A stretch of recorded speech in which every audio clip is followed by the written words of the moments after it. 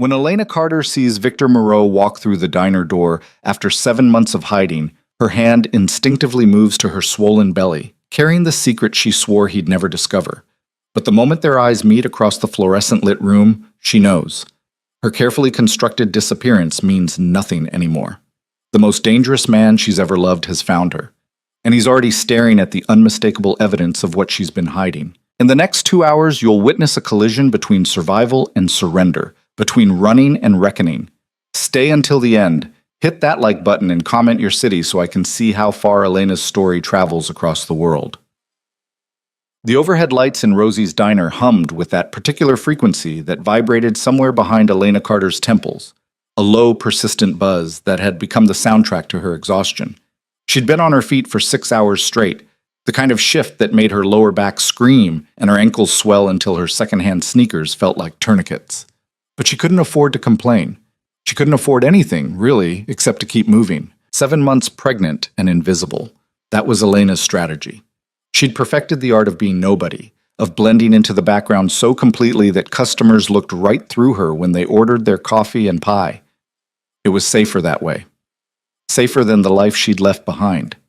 The dinner rush had finally thinned to just a handful of stragglers. A trucker nursing his third cup of coffee at the counter, a young couple sharing a milkshake in the corner booth, and old Mr. Henderson, who came in every Thursday for the meatloaf special.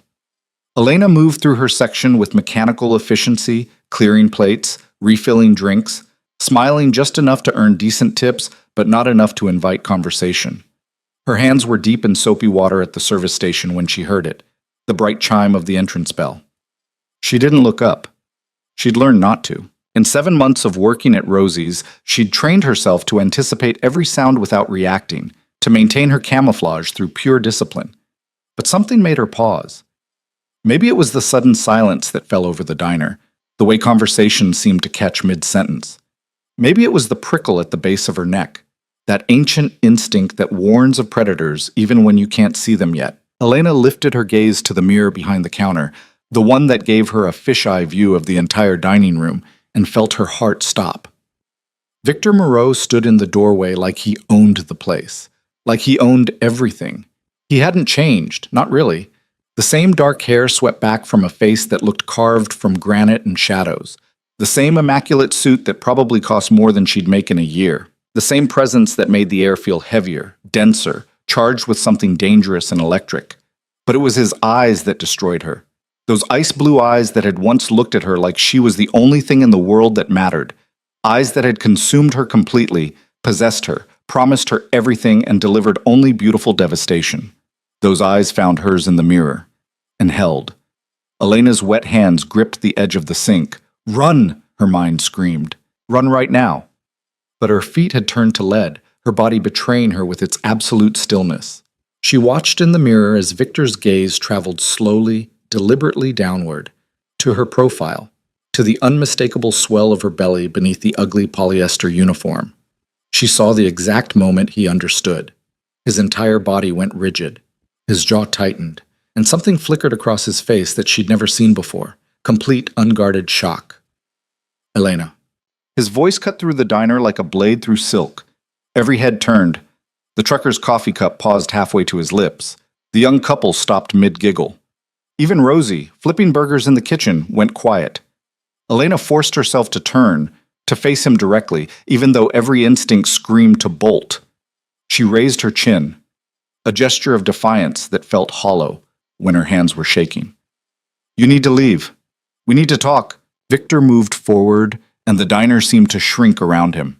He didn't walk, he prowled. Each step measured, controlled, inevitable. "No." She held up one trembling hand. "I don't need anything from you. I don't want anything from you."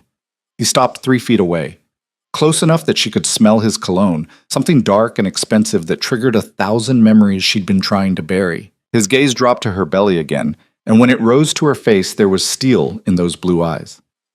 "How far along?" "None of your business." "How far along?" The command in his voice made her spine stiffen. She'd forgotten this, how he could make the air itself obey him, how his will could become gravity, pulling everything into his orbit. 7 months. She watched him do the math. watched understanding settle over his features like frost. You ran when you found out. It wasn't a question. Elena wrapped one arm around her middle protectively. I left because I had to. You left because you were afraid. He took another step closer. Of me. Of what you are, she corrected, her voice dropping to a whisper that somehow felt louder than shouting. Of what you do.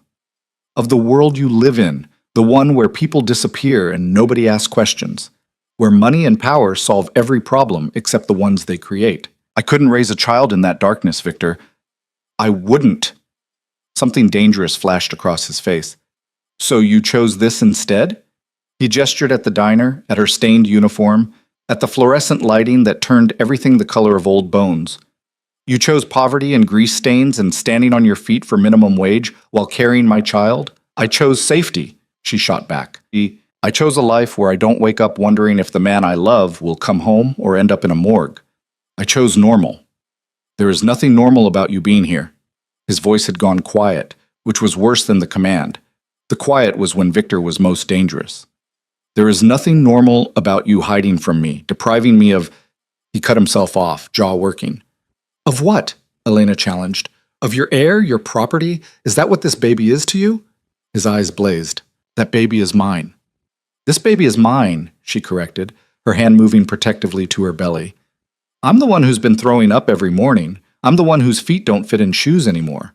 I'm the one who'll be there every single day, Victor, not flying to God knows where for God knows what, not disappearing for weeks at a time while I wait and wonder and pretend not to see the blood on your cuffs when you finally come home. Elena said, no. She shook her head, feeling tears burn behind her eyes but refusing to let them fall. You don't get to do this. You don't get to walk back into my life and... Our life, he interrupted. You're carrying my child. That makes it our life, whether you accept it or not. Miss Carter? Rosie had emerged from the kitchen, wiping her hands on her apron. She was a tough woman in her 60s, with iron gray hair and eyes that had seen too much to be easily fooled. Everything okay out here? Elena opened her mouth, but Victor spoke first. We're just having a conversation. Looks like more than a conversation to me. Rosie planted herself beside Elena, a protective gesture that would have been touching if it wasn't so futile. If the lady wants you to leave, mister, you leave. I don't care how expensive that suit is. Victor's gaze shifted to Rosie, and Elena saw something she'd seen before. The moment when he assessed whether someone was a threat or an obstacle. The calculation that happened behind those ice-blue eyes, cold and fast and merciless. But then something unexpected happened. He inclined his head slightly. Not quite a bow, but an acknowledgement. I apologize for disturbing your establishment, but I'm not leaving without Elena. Like hell you're not. It's okay, Rosie.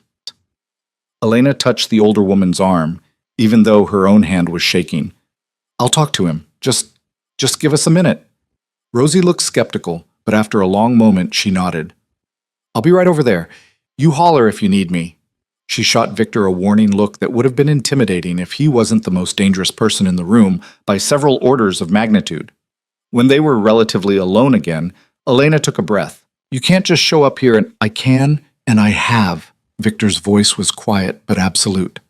Do you have any idea what the last 7 months have been like? Knowing you were gone, not knowing where you were, if you were safe, if you were alive? You could have found me anytime you wanted, Elena said. Don't pretend you couldn't. I gave you space, he replied, and there was something raw in his voice now. I thought you needed time. I thought you'd come back when you were ready. But you weren't coming back, were you?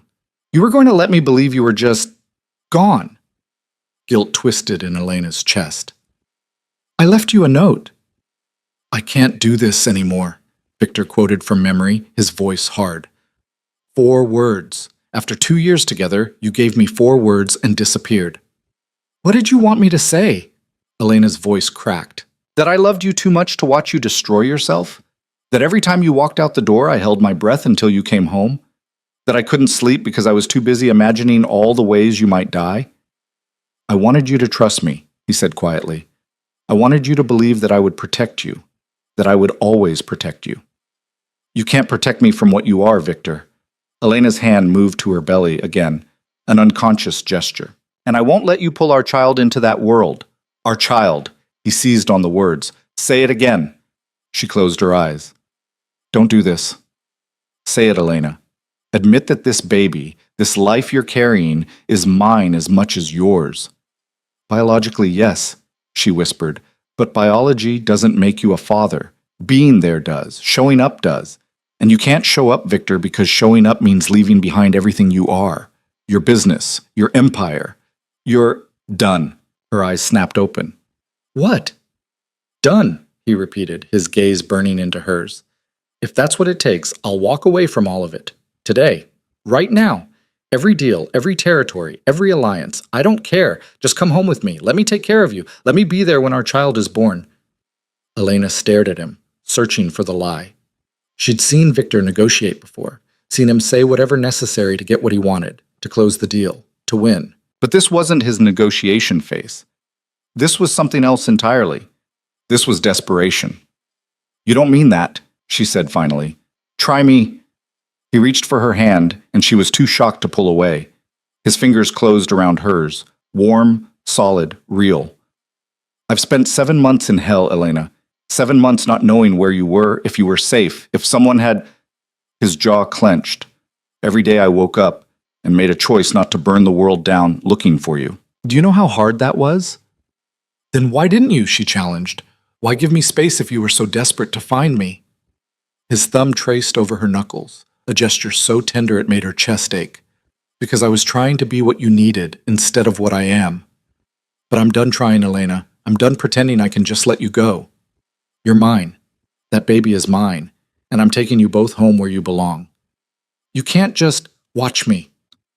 The certainty in his voice should have terrified her, should have sent her running, but instead, exhaustion crashed over Elena like a wave. She was so tired, tired of being scared, of being alone, of pretending she could do this by herself, tired of lying awake at night wondering if she'd made the right choice, if her pride was worth the price her child might pay. I can't go back to how things were, she whispered. Then we'll make something new. Victor's other hand came up to cup her face, and she hated how good it felt, how right. Whatever you need, Elena. However you need it. Just don't ask me to walk away from you again. Don't ask me to abandon my child. Victor. The bell over the door chimed again. Elena's gaze flickered past Victor's shoulder, and her blood turned to ice. 3 men had entered the diner. They weren't customers. That much was immediately clear. They moved with the same predatory grace as Victor, the same coiled readiness. And they were looking directly at him. Victor went rigid. Stay behind me. What's happening? Elena tried to pull away, but his grip tightened. Marcus, Victor said, his voice carrying across the diner. I'm a little busy here. The lead man, Marcus, apparently, was tall and broad-shouldered, with a scar cutting through his left eyebrow. He stopped about 10 feet away, his hands visible but positioned close to his jacket. We have a situation. It can wait. No, boss. Marcus's gaze flicked to Elena, then back to Victor. It really can't. Elena saw something pass between them, some wordless communication that made Victor's jaw tighten and his eyes go cold. This was the Victor she'd run from, the one who could shut down every human emotion and become something else entirely. Elena, go to the back. Victor's voice was calm, controlled, absolutely terrifying in its steadiness. What? No, I'm not. Please. He looked at her, and for just a second, she saw the man beneath the ice. Please, just trust me. Go to the back with Rosie and stay there until I come get you. Victor, what's going on? Business, he said flatly. The kind you left me to avoid. Now go. Pride made her want to argue, but the baby, their baby, kicked hard against her ribs, a reminder of what was at stake. Elena backed toward the kitchen, her eyes never leaving Victor's face. She saw the moment he shifted completely, saw the walls slam down, the shutters close. When he turned back to Marcus, he wasn't the man who'd held her hand and begged her to come home. He was something else. He was Victor Moreau, and he was dangerous. Talk, he ordered Marcus. Constantine made his move, Marcus said grimly. Took out 3 of our warehouses in the last hour, burned them to the ground, and he left a message. Victor's expression didn't change, but the temperature in the room seemed to drop 10 degrees. What message? He knows about her. Marcus's gaze cut to Elena again. About the baby. Says if you don't negotiate, he'll handle it himself. The world tilted. Elena's hand shot out to steady herself against the wall, but her knees had turned to water. This was exactly what she'd been afraid of, exactly why she'd run. The moment she became a weapon someone could use against Victor, she became a target. Their child became a target. "Get her out of here," Victor said, his voice like stone. "Now, full detail. Take her to the safe house on—" "I'm not going anywhere with your men," Elena cut in, finding her voice despite the fear clawing up her throat. "I'm not getting dragged into your war, Victor." He turned to face her, and the look in his eyes made her breath catch. "You were always in my war, Elena. The moment I fell in love with you, you became the thing I'd burn the world to protect. And the moment you got pregnant with my child, you became the thing every enemy would use to destroy me." "Then let me go," she pleaded. "Let me disappear again. I'm good at it. I can—" "No." The word was final, absolute. "Constantine already knows about you, which means running won't save you anymore. The only thing that will save you is me." Marcus shifted uncomfortably. "Boss, we need to move. Now." Elena saw the decision crystallize behind Victor's eyes, saw him weigh every option, calculate every risk, and come to the only conclusion that mattered to him. He was taking her, whether she wanted to go or not. "I'm sorry," he said quietly, and he actually sounded like he meant it. Then he turned to Marcus. "Bring the car around. Full security detail. I want eyes on every approach." "Victor, please." "You can hate me later," he said, already moving toward her. "Right now you're getting somewhere safe if I have to carry you there myself." "You can't just kidnap me." "Watch me." He was beside her in 3 strides, his hand closing around her elbow with firm but careful pressure. Elena tried to pull away, but pregnancy had stolen her balance along with her energy. She stumbled, and Victor caught her against his chest. For a moment they stood frozen, his arms around her, her hands pressed against his shirt, their baby between them, kicking as if in protest. "I won't let anything happen to you," Victor said against her hair. "I swear it on my life, Elena. Nothing will touch you or our child, even if it means starting a war to keep you safe." "That's exactly what I'm afraid of," she whispered. "Then be afraid," he said simply. "But be afraid somewhere secure. Be afraid where I can protect you." Rosie had emerged from the kitchen, her eyes wide. "Elena, you want me to call the cops?" Elena almost laughed. The cops couldn't stop Victor Moreau any more than they could stop a hurricane. "No, it's okay, Rosie." "The hell it is. I'll be fine." Elena met the older woman's eyes, trying to communicate something. Gratitude, maybe, or goodbye. "Thank you for everything." Then Victor was guiding her toward the door, his body angled to keep himself between her and any potential threat. Marcus and his men had already secured the parking lot, forming a protective perimeter around a black SUV that looked armored enough to survive a missile strike. The night air hit Elena's face, cool and sharp after the greasy warmth of the diner. She'd walked into Rosie's 7 hours ago as one person, anonymous, invisible, safe in her obscurity. She was leaving as someone else entirely. She was leaving as Victor Moreau's woman, as the mother of his child, as the target every enemy would come for to bring him to his knees, as the one thing in the world he couldn't afford to lose. Victor handed her into the SUV with surprising gentleness, his hand supporting her lower back as she maneuvered her pregnant bulk into the seat. The interior smelled like leather and gun oil, familiar scents that triggered muscle memory she'd tried to forget. He slid in beside her, immediately fastening her seatbelt with the kind of care that made her throat tight. Marcus took the front passenger seat while another man she didn't recognize climbed behind the wheel. "Where are we going?" Elena asked as the vehicle pulled smoothly into traffic. "Somewhere secure." Victor's hand found hers in the darkness, his thumb tracing circles over her palm. "Somewhere Constantine and his people will never find you." "Your penthouse." It wasn't a question. "Eventually." His jaw tightened. "First, we're making sure you haven't been followed. Making sure there are no trackers, no surveillance, no loose ends. Then we're getting you checked out by a doctor." "I have a doctor." "You have a free clinic that sees you once a month and doesn't have security clearance," he corrected. "You need an OB who understands discretion and has experience with high-risk situations." "This pregnancy isn't high risk." "It is now," he said flatly. "The moment Constantine learned about you, everything became high risk." Elena stared out the window, watching the familiar streets blur past. Somewhere behind them was her apartment, Barely more than a room, really, with peeling wallpaper and water stains on the ceiling, but it was hers, her safe space, her escape. Now she was escaping her escape, running from the place she'd run to. I had a life, she said quietly. It wasn't much, but it was mine. You had survival, Victor corrected. That's not the same as living. At least I was free. His hand tightened on hers. You were alone, struggling, working yourself to exhaustion while carrying my child. That's not freedom, Elena. That's punishment. For what? For loving me, he said simply, and the raw honesty in his voice made her eyes burn. For choosing me despite knowing what I am. You punished yourself by leaving because you thought it was the right thing to do. But all you did was make us both suffer. And what happens now? Elena turned to face him, searching his eyes in the dim light filtering through tinted windows. You put me in a gilded cage, surround me with guards and tell me it's for my protection? I've seen how this story ends, Victor. I won't be your prisoner. You'll be my partner, he said, my equal, the mother of my child and the woman I... He cut himself off, jaw working. Say it, she challenged. If you're going to upend my entire life, at least have the courage to say it. I love you. The words came out rough, like they'd been scraped over broken glass.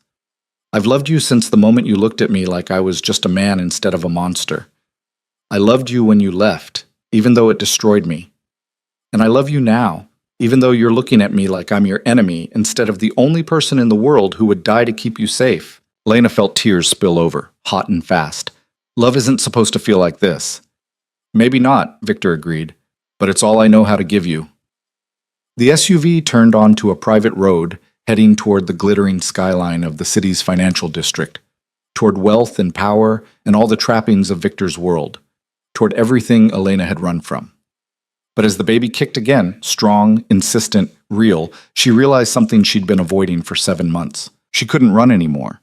Not from Victor, not from his world, not from the truth that their child deserved more than her fear and his absence. Their baby deserved both of them. Together. Even if together meant danger. Even if together meant stepping back into the darkness she'd been trying to escape. I need rules, Elena said finally. If I'm doing this, if I'm letting you back in, there have to be rules. Victor's expression didn't change, but she felt the shift in him, the hope, carefully contained. Name them. No lies, she said, about anything. I don't care how ugly the truth is. I need to know what's happening. Agreed. The baby comes first, always. Every decision, every risk, our child's safety is the priority. Absolutely. And I gotta say, she held his gaze. In everything. Security measures, doctors, where we live, how we raise our child. I'm not a bystander in my own life, Victor. I won't be managed. You never were, he said quietly. That's why I fell in love with you. The SUV pulled into an underground parking garage, descending several levels into what looked like a private bunker. Elena counted security cameras, armed guards, reinforced blast doors. This wasn't just protection. This was a fortress. Welcome home, Victor said as the vehicle stopped. For tonight, anyway.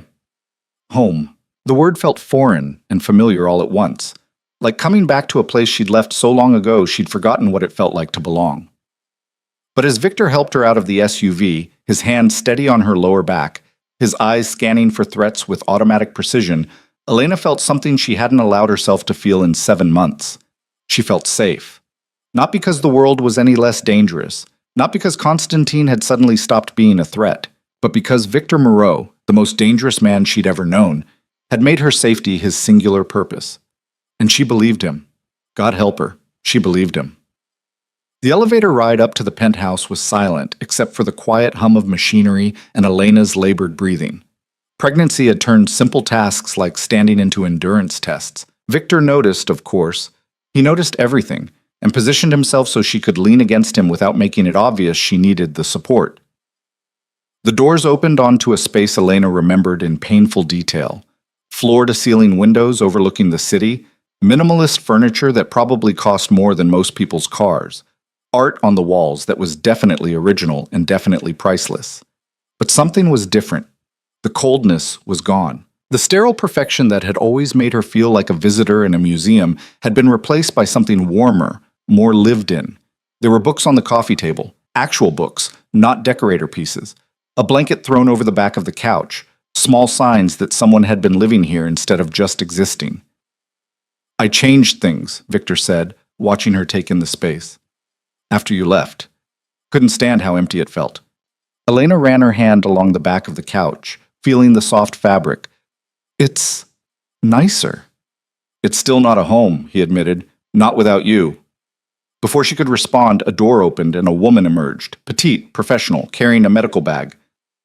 Mr. Moreau, this is the patient? Dr. Sarah Chen, this is Elena Carter. Victor made the introduction smoothly. Dr. Chen is one of the best OBGYNs in the city, and she's been fully briefed on the security situation. Elena stiffened. You called a doctor before I even agreed to come here? I called a doctor the moment I found you, Victor said unapologetically. 7 months pregnant, and I don't know anything about your health, the baby's development, whether there have been complications. Yes, Elena, I called a doctor. Dr. Chen stepped forward with a warm smile. Why don't we start with a basic exam, just to establish a baseline and make sure both you and the baby are doing well? I had a checkup 2 weeks ago, Elena protested, even as exhaustion made her sway slightly. Everything was fine. Then this will be quick, Dr. Chen said smoothly. Mr. Moreau has set up a comfortable room for the examination. If you'll follow me? Elena wanted to argue, wanted to assert some kind of control over a situation that was spiraling further from her grasp by the second. But her feet hurt, her back ached, and the baby was doing gymnastics against her ribs. Fine, she said. But Victor doesn't come in. He looked like he wanted to argue, but Dr. Chen touched his arm. Why don't you give us 30 minutes? I'll come find you after the exam. Victor's jaw tightened, but he nodded. His eyes met Elena's. I'll be right outside if you need me. I won't, she said, hating how the words felt like a lie. The examination room was actually a converted bedroom, beautifully appointed, with medical equipment that looked state-of-the-art positioned discreetly around a comfortable exam table. Dr. Chen worked with efficient professionalism, checking Elena's vital signs, measuring her belly, listening to the baby's heartbeat with a Doppler that filled the room with the rapid flutter of new life. Everything looks good, Dr. Chen said finally, making notes on a tablet. The baby's heartbeat is strong, your blood pressure is slightly elevated, but nothing concerning, and based on measurements, I'd estimate you're about 30 weeks along. Does that match your calculations? 30 weeks and 3 days? Elena confirmed. And the father? Dr. Chen asked carefully. I understand this is a complicated situation, but is he planning to be involved in the pregnancy moving forward? Elena laughed, the sound sharp and humorless. Seems like he doesn't plan to give me much choice. Dr. Chen set down her tablet. Elena, I need to ask you something, and I need you to be honest with me. Do you feel safe here? The question hung in the air between them. Elena opened her mouth to answer, then closed it again. Did she feel safe? With armed guards in the lobby and security cameras in every hallway and a man who could probably start a war with a phone call standing just outside the door? I don't know, she admitted finally. I feel protected, but I don't know if that's the same thing as safe.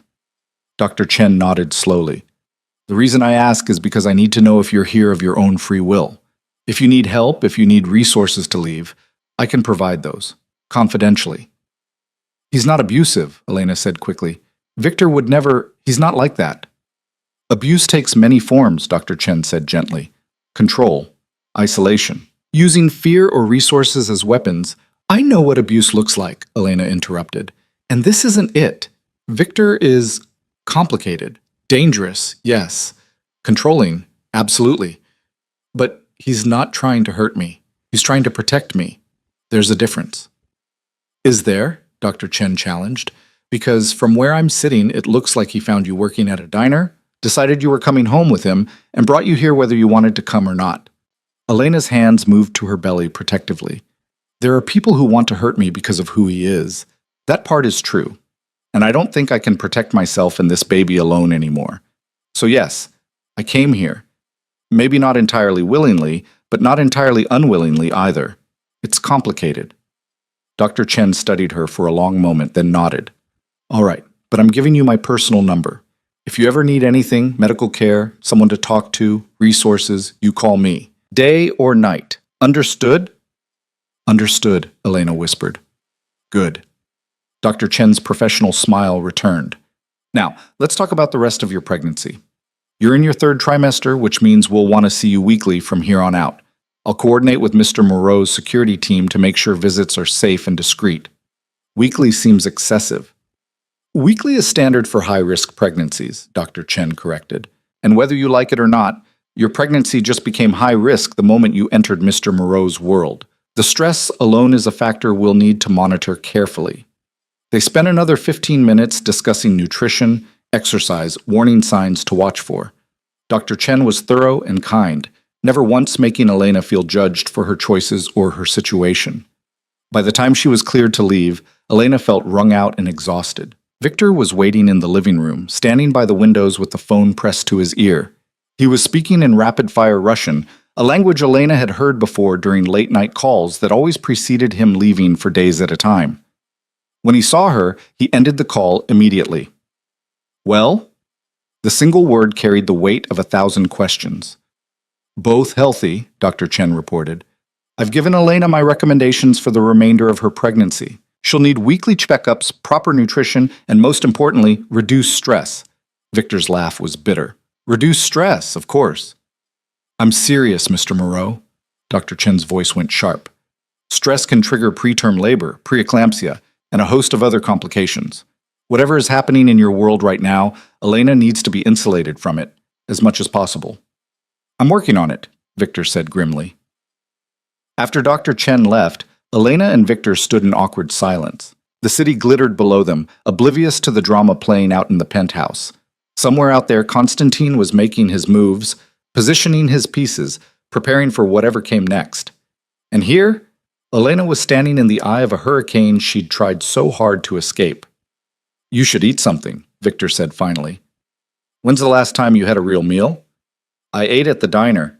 Diner food doesn't count, he interrupted. I'm talking about actual nutrition, vegetables, protein. Things that are good for you and the baby. Despite everything, Elena felt a smile tug at her lips. You sound like Dr. Chen. Dr. Chen is right. He moved toward the kitchen, a gleaming space full of high-end appliances that Elena had never seen him use. I had my chef stock the refrigerator. What sounds good? Victor, you don't have to. I'm taking care of you, he said simply. That includes feeding you. So what sounds good? And don't say nothing, because I know pregnant women are supposed to eat every few hours. Elena sank onto one of the bar stools, her feet screaming with relief. Something simple. I can't handle anything too rich right now. 20 minutes later, she was eating grilled chicken with roasted vegetables, while Victor watched her like she might disappear if he looked away. It should have been uncomfortable, his intensity, his focus, the way he tracked every bite she took. But instead, it felt almost normal. This is good, she admitted. The chef will be pleased. Victor hadn't touched his own plate, too busy watching her eat. Elena, we need to talk about Constantine. Her appetite vanished. I don't want to know. You need to know, he corrected. You said no lies, remember? That includes the dangerous truths. Elena set down her fork. Fine, tell me. Konstantin Volkov runs the Russian syndicate on the East Coast, Victor began, his voice taking on a lecturing quality, like he was briefing her on a business competitor instead of a man who wanted them dead. We've been at war for territory for the last 3 years. Small skirmishes, mostly. Calculated moves. But 6 months ago, he lost his son in a deal that went bad. Your deal, Elena guessed. My deal, Victor confirmed.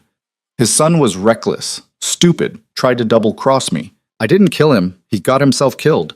But Constantine doesn't see it that way. So he wants revenge. He wants to destroy me, Victor said flatly. He wants to take everything I've built and burn it to the ground. And now that he knows about you, about the baby, his jaw tightened.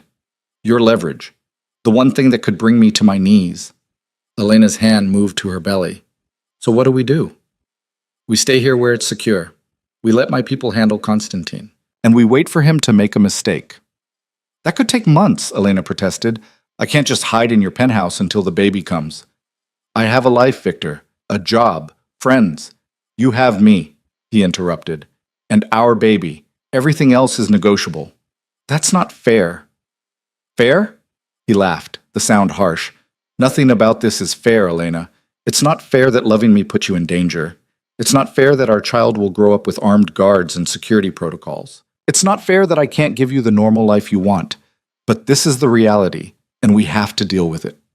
Elena felt tears prick her eyes again, hormones and exhaustion and fear all tangling together. I don't know how to do this. Neither do I, Victor admitted.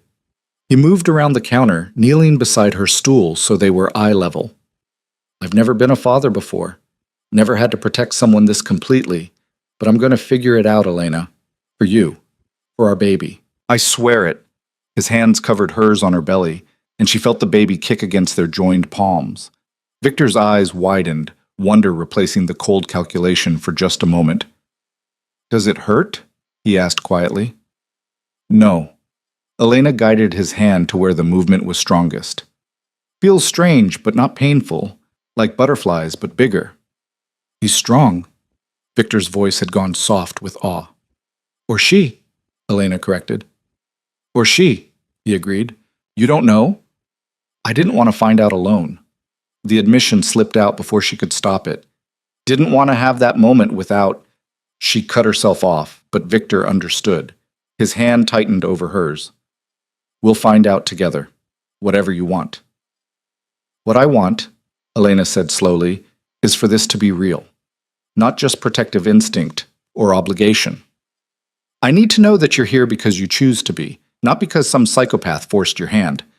Victor rose, pulling her up with him. His hands framed her face with a gentleness that contradicted everything she knew about what those hands could do. I choose you. I've chosen you every day for the last 7 months, even when I couldn't find you, even when I thought I'd lost you forever. This isn't obligation, Elena. This is the only choice I can make and still be able to live with myself. Then he kissed her, soft and careful, like she was something precious he was afraid to break. And Elena, despite every rational thought screaming that this was a mistake, kissed him back. Because maybe Dr. Chen was right. Maybe this was complicated. Maybe there were elements of control and protection and fear all tangled up in whatever this was between them. But it was also love. Messy, impossible, dangerous love.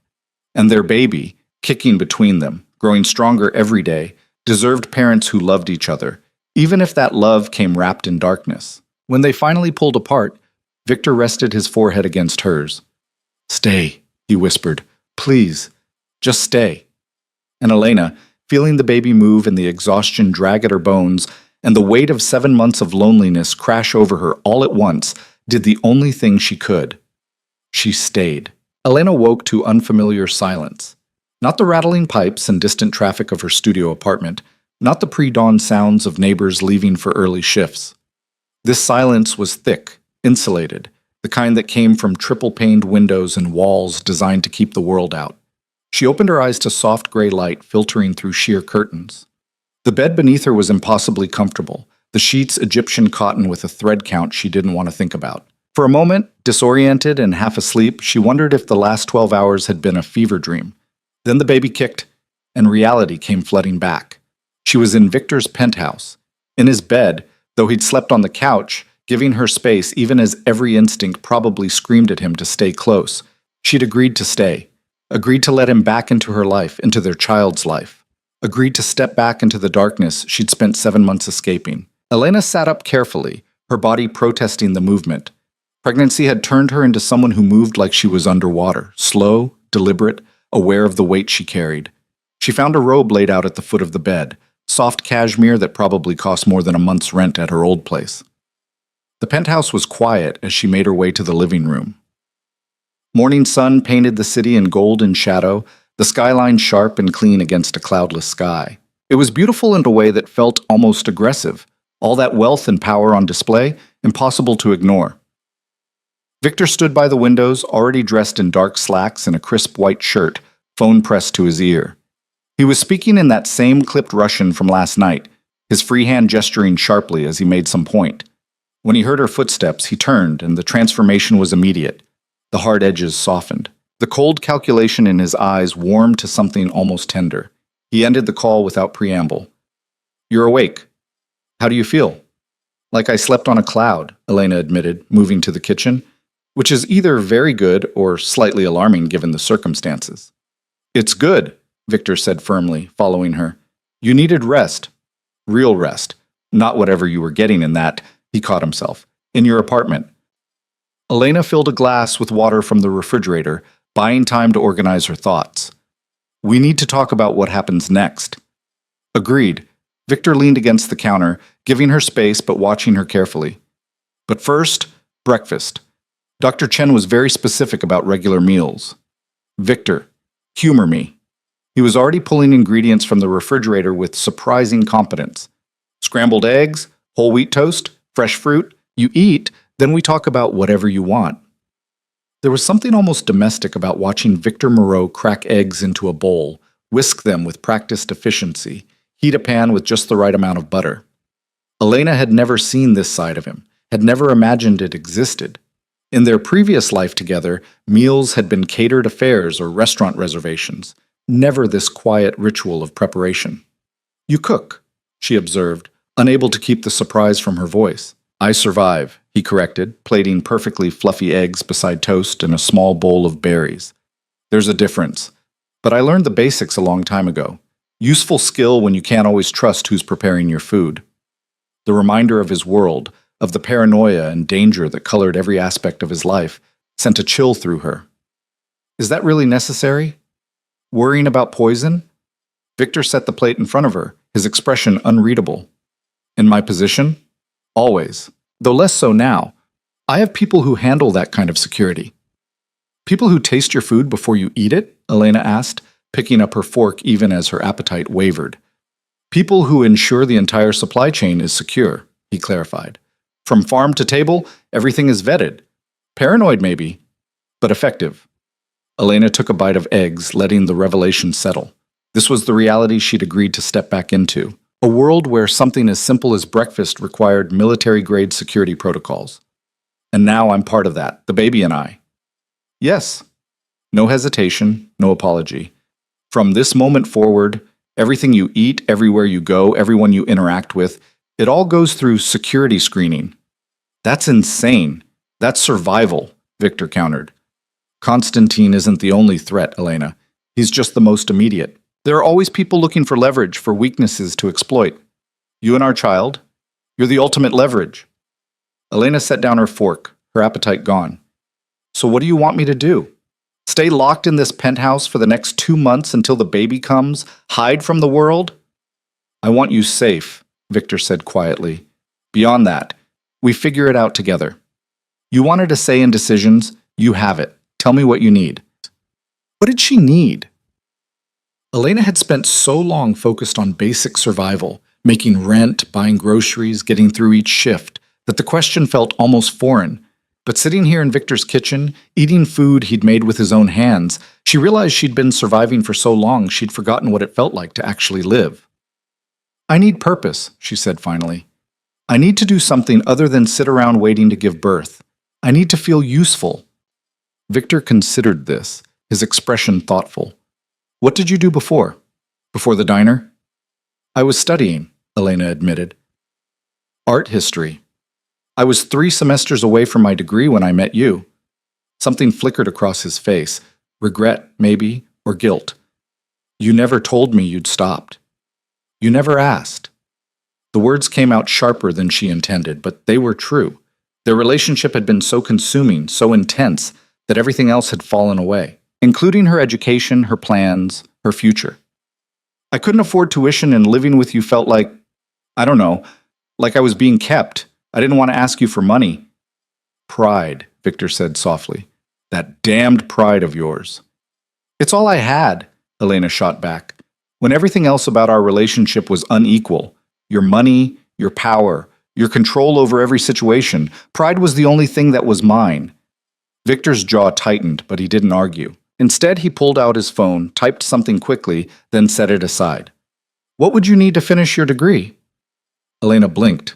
What? Your degree. Art history. What would you need to complete it? I don't know. Access to my transcripts, enrollment at a university, tuition money? She shook her head. Victor, I'm 7 months pregnant. This isn't the time to go back to school. Why not?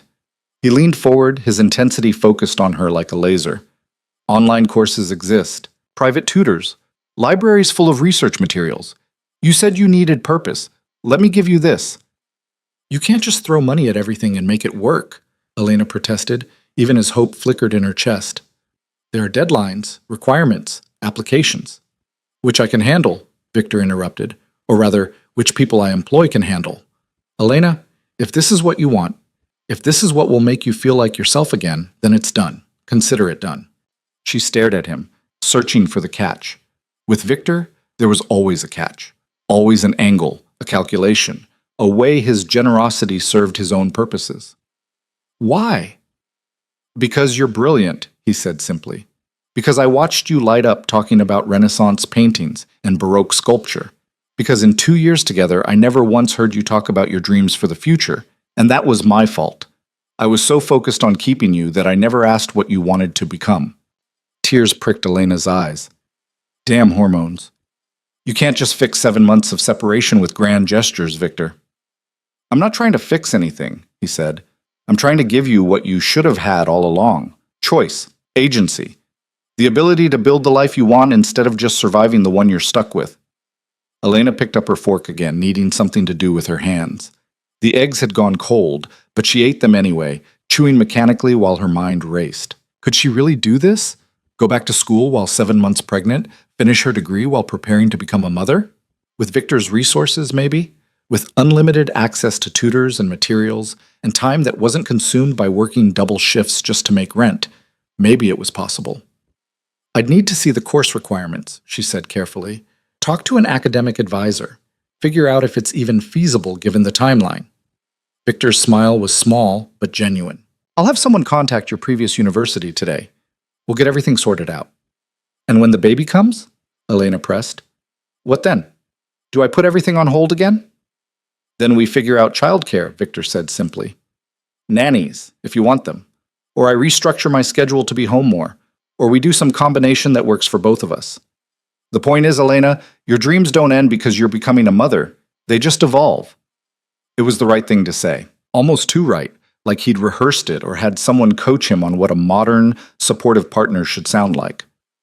But there was something in his eyes, a vulnerability she rarely saw, that made her believe he meant it. Okay, she said softly. Okay, we can try. Victor's phone buzzed. He glanced at it, and Elena saw his expression shift, the warmth draining away, replaced by cold focus. I need to take this. Stay inside. Don't answer the door for anyone except me or Marcus. What's happening? Business, he said, already moving toward his office. Nothing for you to worry about. But Elena was already worrying, because business in Victor's world meant violence and strategy and all the things she'd been trying to protect their child from. She cleaned up breakfast in silence, listening to the muffled sound of his voice through the office door. His tone was sharp, commanding, the voice he used when giving orders that couldn't be questioned. She was drying the last plate when Marcus arrived, announced by the elevator chime. He looked like he hadn't slept, his suit rumpled and his expression grim. Where is he? Marcus asked without preamble. Office, Elena said, setting down the dish towel. What's wrong?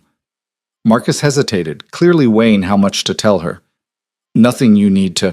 Don't, Elena interrupted. Don't patronize me. If something's happening, I have a right to know. Marcus studied her for a long moment, then nodded slowly. Constantine hit one of our shipments last night, took out 3 men, left a message carved into... He stopped himself. Left a message. For Victor. Elena's hand moved to her belly protectively. What kind of message? The kind that makes it clear he knows about you, Marcus said bluntly. About the baby. About everything. The office door opened and Victor emerged, his phone still in his hand. He took one look at Marcus and Elena standing together, and his expression darkened. What did you tell her? What she had a right to know, Marcus said evenly. Sir, we need to move on this. Now.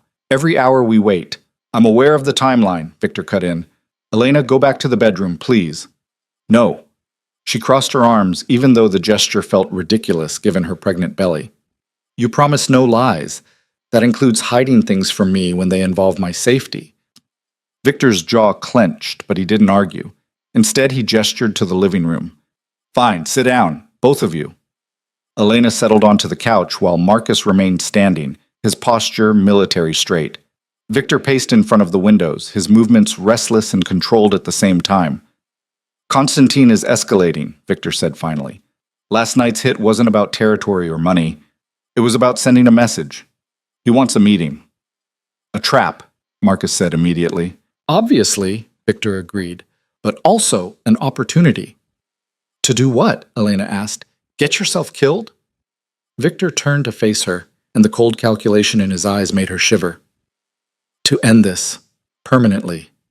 No. Elena stood up, moving closer despite every instinct that said to keep distance between herself and the darkness in his expression. You are not walking into some kind of ambush. Our baby needs a father, Victor. A living father. Which is exactly why I need to handle Constantine, he said. As long as he's a threat, you and our child will never be safe. Every moment, every day, you'll be looking over your shoulder, wondering when he'll make his move. So let someone else handle it, Elena pleaded. You have people, resources. This is personal now, Victor interrupted. The moment he threatened you, it became personal. And personal threats don't get delegated. Marcus shifted uncomfortably. Boss, she has a point. You don't need to be the one who... I do, Victor said flatly. Constantine wants me. If I send someone else, he'll see it as weakness. He'll escalate. He'll go after Elena directly instead of using her as leverage. Elena felt ice slide down her spine. You think he'd come after me? I think he'd do whatever it takes to destroy me, Victor said, his voice gentle, despite the brutal honesty. And destroying me means taking away everything I care about. You, our baby, everything. She sank back onto the couch, her mind racing. This was the reality of Victor's world, not just danger as an abstract concept, but actual, immediate threats from people who saw her as nothing more than a tool to hurt the man she loved. What's the plan? She asked quietly. Victor exchanged a glance with Marcus. The meeting is set for tomorrow night. Neutral territory, limited security on both sides. We go in, we negotiate. You don't negotiate with Constantine, Marcus said grimly. You know that. He wants blood. Then we give him blood, Victor said simply. Just not ours. Elena watched the two men communicate in that wordless way people did when they'd worked together long enough to anticipate each other's thoughts. She didn't understand the specifics, but she understood the general shape of what they were planning. Violence. Strategic, calculated violence. I don't want you to become a monster for me, Elena said softly. Victor crossed to her, kneeling in front of the couch so they were eye level. I've always been a monster, Elena. You just saw the parts of me I kept hidden. But this, protecting you, protecting our child, this is the one good thing I can do with what I am. There has to be another way. There isn't. He took her hands in his grip firm but gentle. I've been in this world long enough to know how these things end. Constantine won't stop until one of us is dead. I'd rather it be him. Elena wanted to argue, wanted to find some loophole, some alternative that didn't involve Victor walking into danger. But she'd known when she agreed to stay what she was signing up for, had known that loving Victor Moreau meant accepting all of him, including the parts that solved problems with violence. Promise me you'll be careful, she whispered. Always. He pressed a kiss to her forehead. Marcus, start preparations. Full security detail. I want every contingency covered. Marcus nodded and headed for the elevator, leaving Elena and Victor alone in the too-quiet penthouse. What do I do? Elena asked. While you're out there risking your life, what am I supposed to do? You stay here, Victor said. You stay safe. You take care of yourself and our baby. That's all I need you to do. It felt inadequate, passive, like she was just a prize to be protected while men fought over her. But what choice did she have? She couldn't fight Constantine, couldn't protect herself against trained killers. She could only trust that Victor knew what he was doing, that he'd come back. The rest of the day passed in strange suspension. Victor spent hours in his office, making calls and reviewing documents Marcus delivered via courier. Elena tried to distract herself with television, with books, with anything that would quiet the anxiety churning in her gut. But everything felt hollow. By evening, she'd given up pretending she was fine. She stood by the windows, watching the city light up as the sun set, and felt the baby move restlessly inside her. He can feel your stress, Victor said from behind her. She hadn't heard him approach, but she wasn't surprised. He moved like a predator when he wanted to, silent, controlled. She, Elena corrected automatically. And yes, probably. Dr. Chen said stress is bad for the baby. Then we need to reduce your stress. Victor's hand settled on her shoulders, his thumbs working at the knots of tension in her muscles. Talk to me. What would help? You not going to this meeting would help, Elena said. But since that's not an option, I don't know. Maybe just be here. Now. Instead of planning and strategizing and preparing for tomorrow. Victor was quiet for a moment, then his hands stilled. Come with me. He led her to the master bedroom, the one she'd slept in last night but hadn't really looked at. Now she noticed details she'd missed. The photographs on the dresser, all of her. Candid shots from their time together, moments she hadn't known he'd captured. Her laughing at some restaurant, reading in his study, asleep in this very bed, morning light painting her face. You kept these, she whispered. I kept everything, Victor admitted. Your coffee mug in the kitchen, your favorite blanket, the books you were reading. I couldn't make myself put them away. It felt too much like admitting you weren't coming back.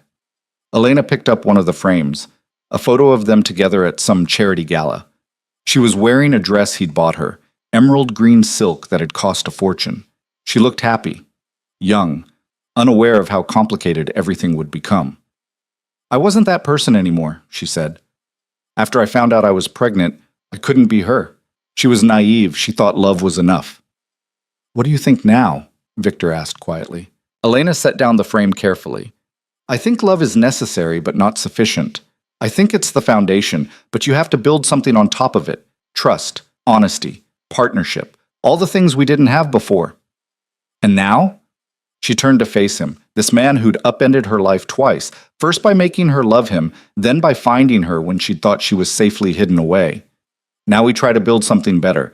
If you survive tomorrow night, I will, Victor said with absolute certainty. I have too much to lose not to.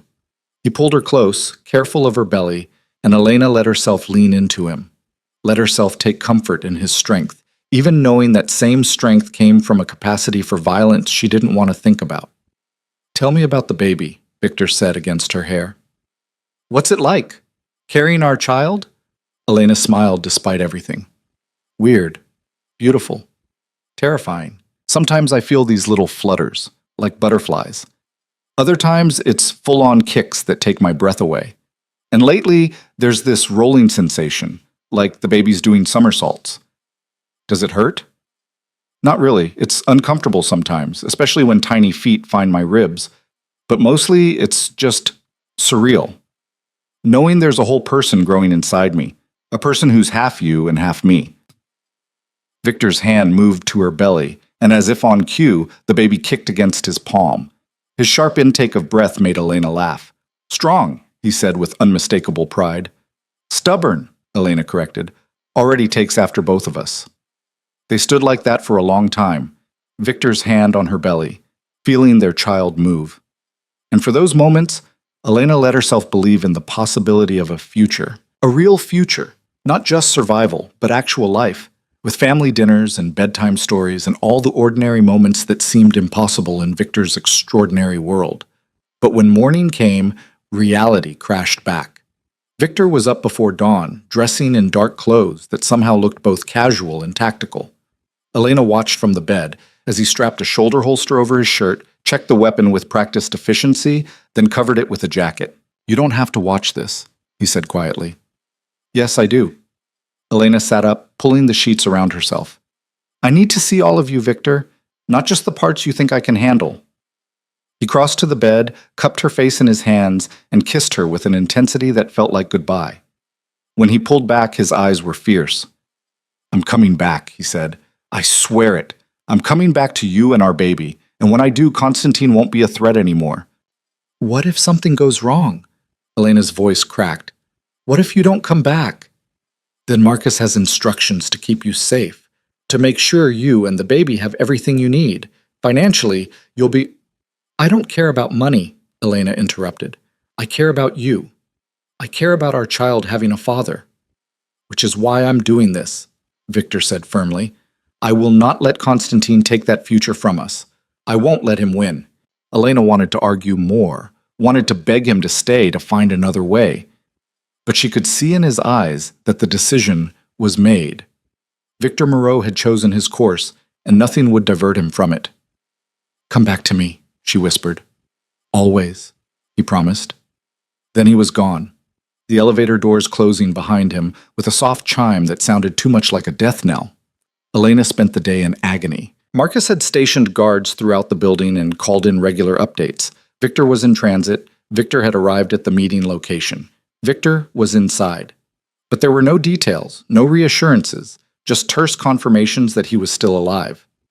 By evening, Elena was pacing the penthouse like a caged animal.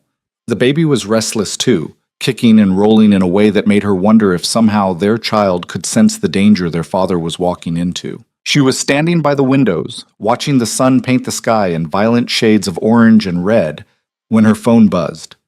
Unknown number. Elena almost didn't answer, but something, instinct maybe, or desperation, made her swipe to accept the call. "Hello?" "Elena Carter." The voice was unfamiliar, male, with a faint Russian accent.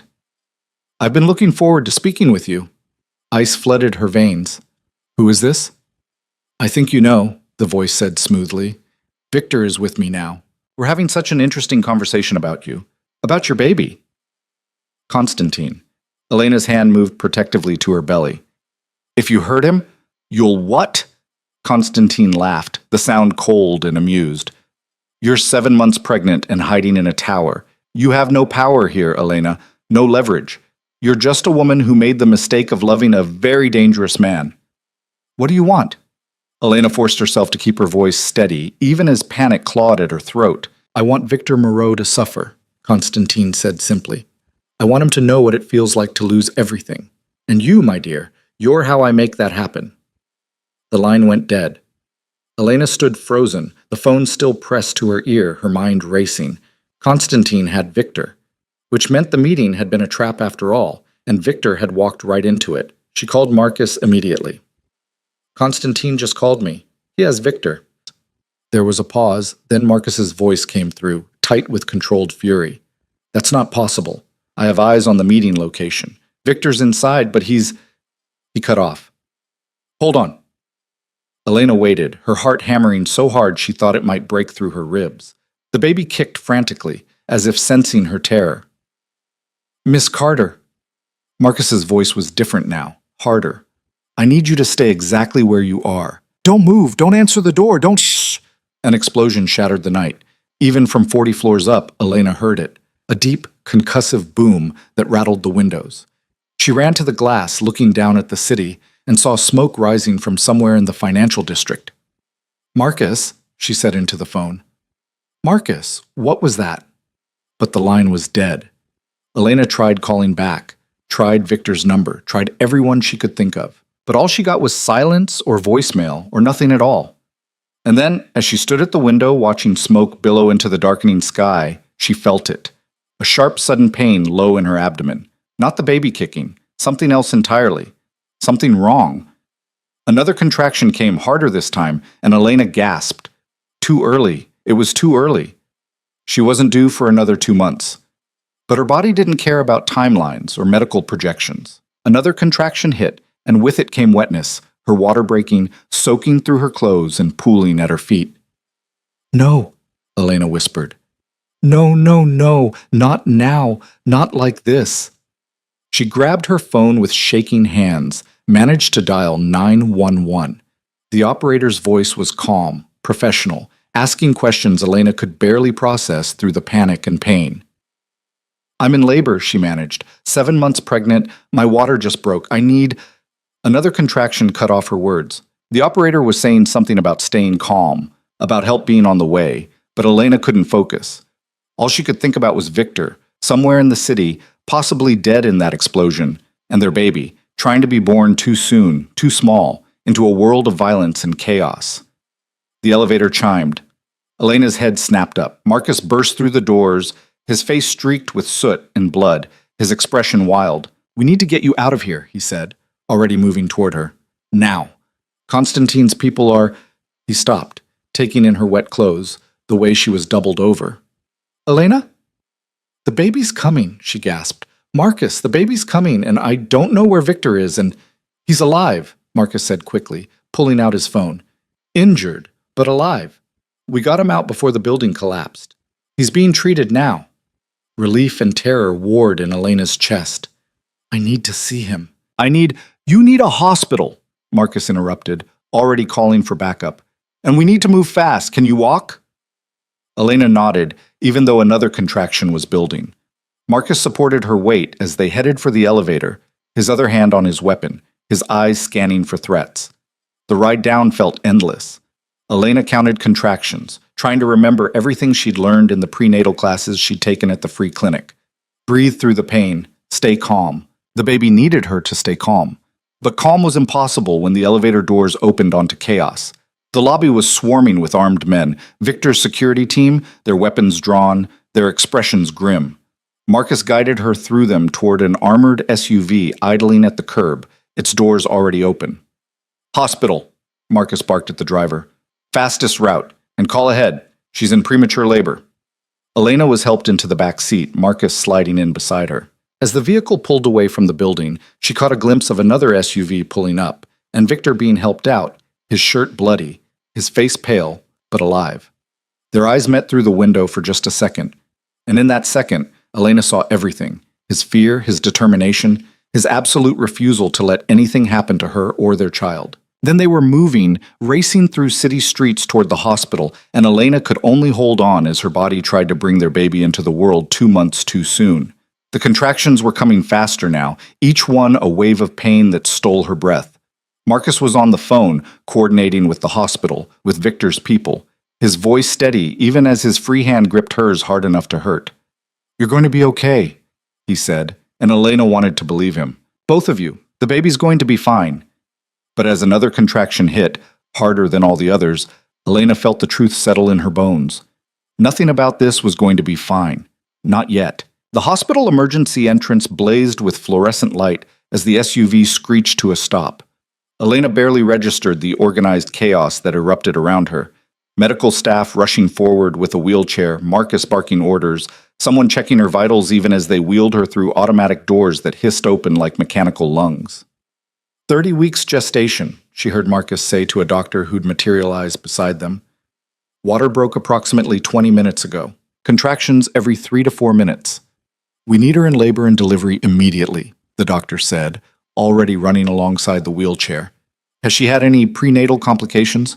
Previous pregnancies?" "First pregnancy," Elena managed between contractions. "No complications. Everything was normal until—" Pain cut off the rest of her sentence. The doctor, a woman in her 50s with kind eyes and steel in her voice, leaned closer. "Elena, I'm Dr. Patricia Morrison. We're going to take excellent care of you and your baby, but I need you to focus on breathing through the contractions. Can you do that for me?" Elena nodded, even though panic was clawing at her throat. Too early, the baby was coming too early. 30 weeks meant underdeveloped lungs, potential complications, weeks in the NICU if they were lucky. She'd read all the statistics during sleepless nights at her old apartment, terrified of exactly this scenario. They burst through doors into a delivery suite that looked more like a luxury hotel room than a hospital. Private, spacious, equipped with technology Elena didn't recognize. Victor's influence, clearly. This wasn't where they brought women without insurance or connections. Nurses swarmed around her, helping her change into a hospital gown, attaching monitors that beeped and hummed. One wrapped a blood pressure cuff around her arm, while another positioned monitors on her belly to track the baby's heartbeat. "Where's Victor?" Elena asked Marcus, who'd stationed himself by the door like a guard. "Is he coming?"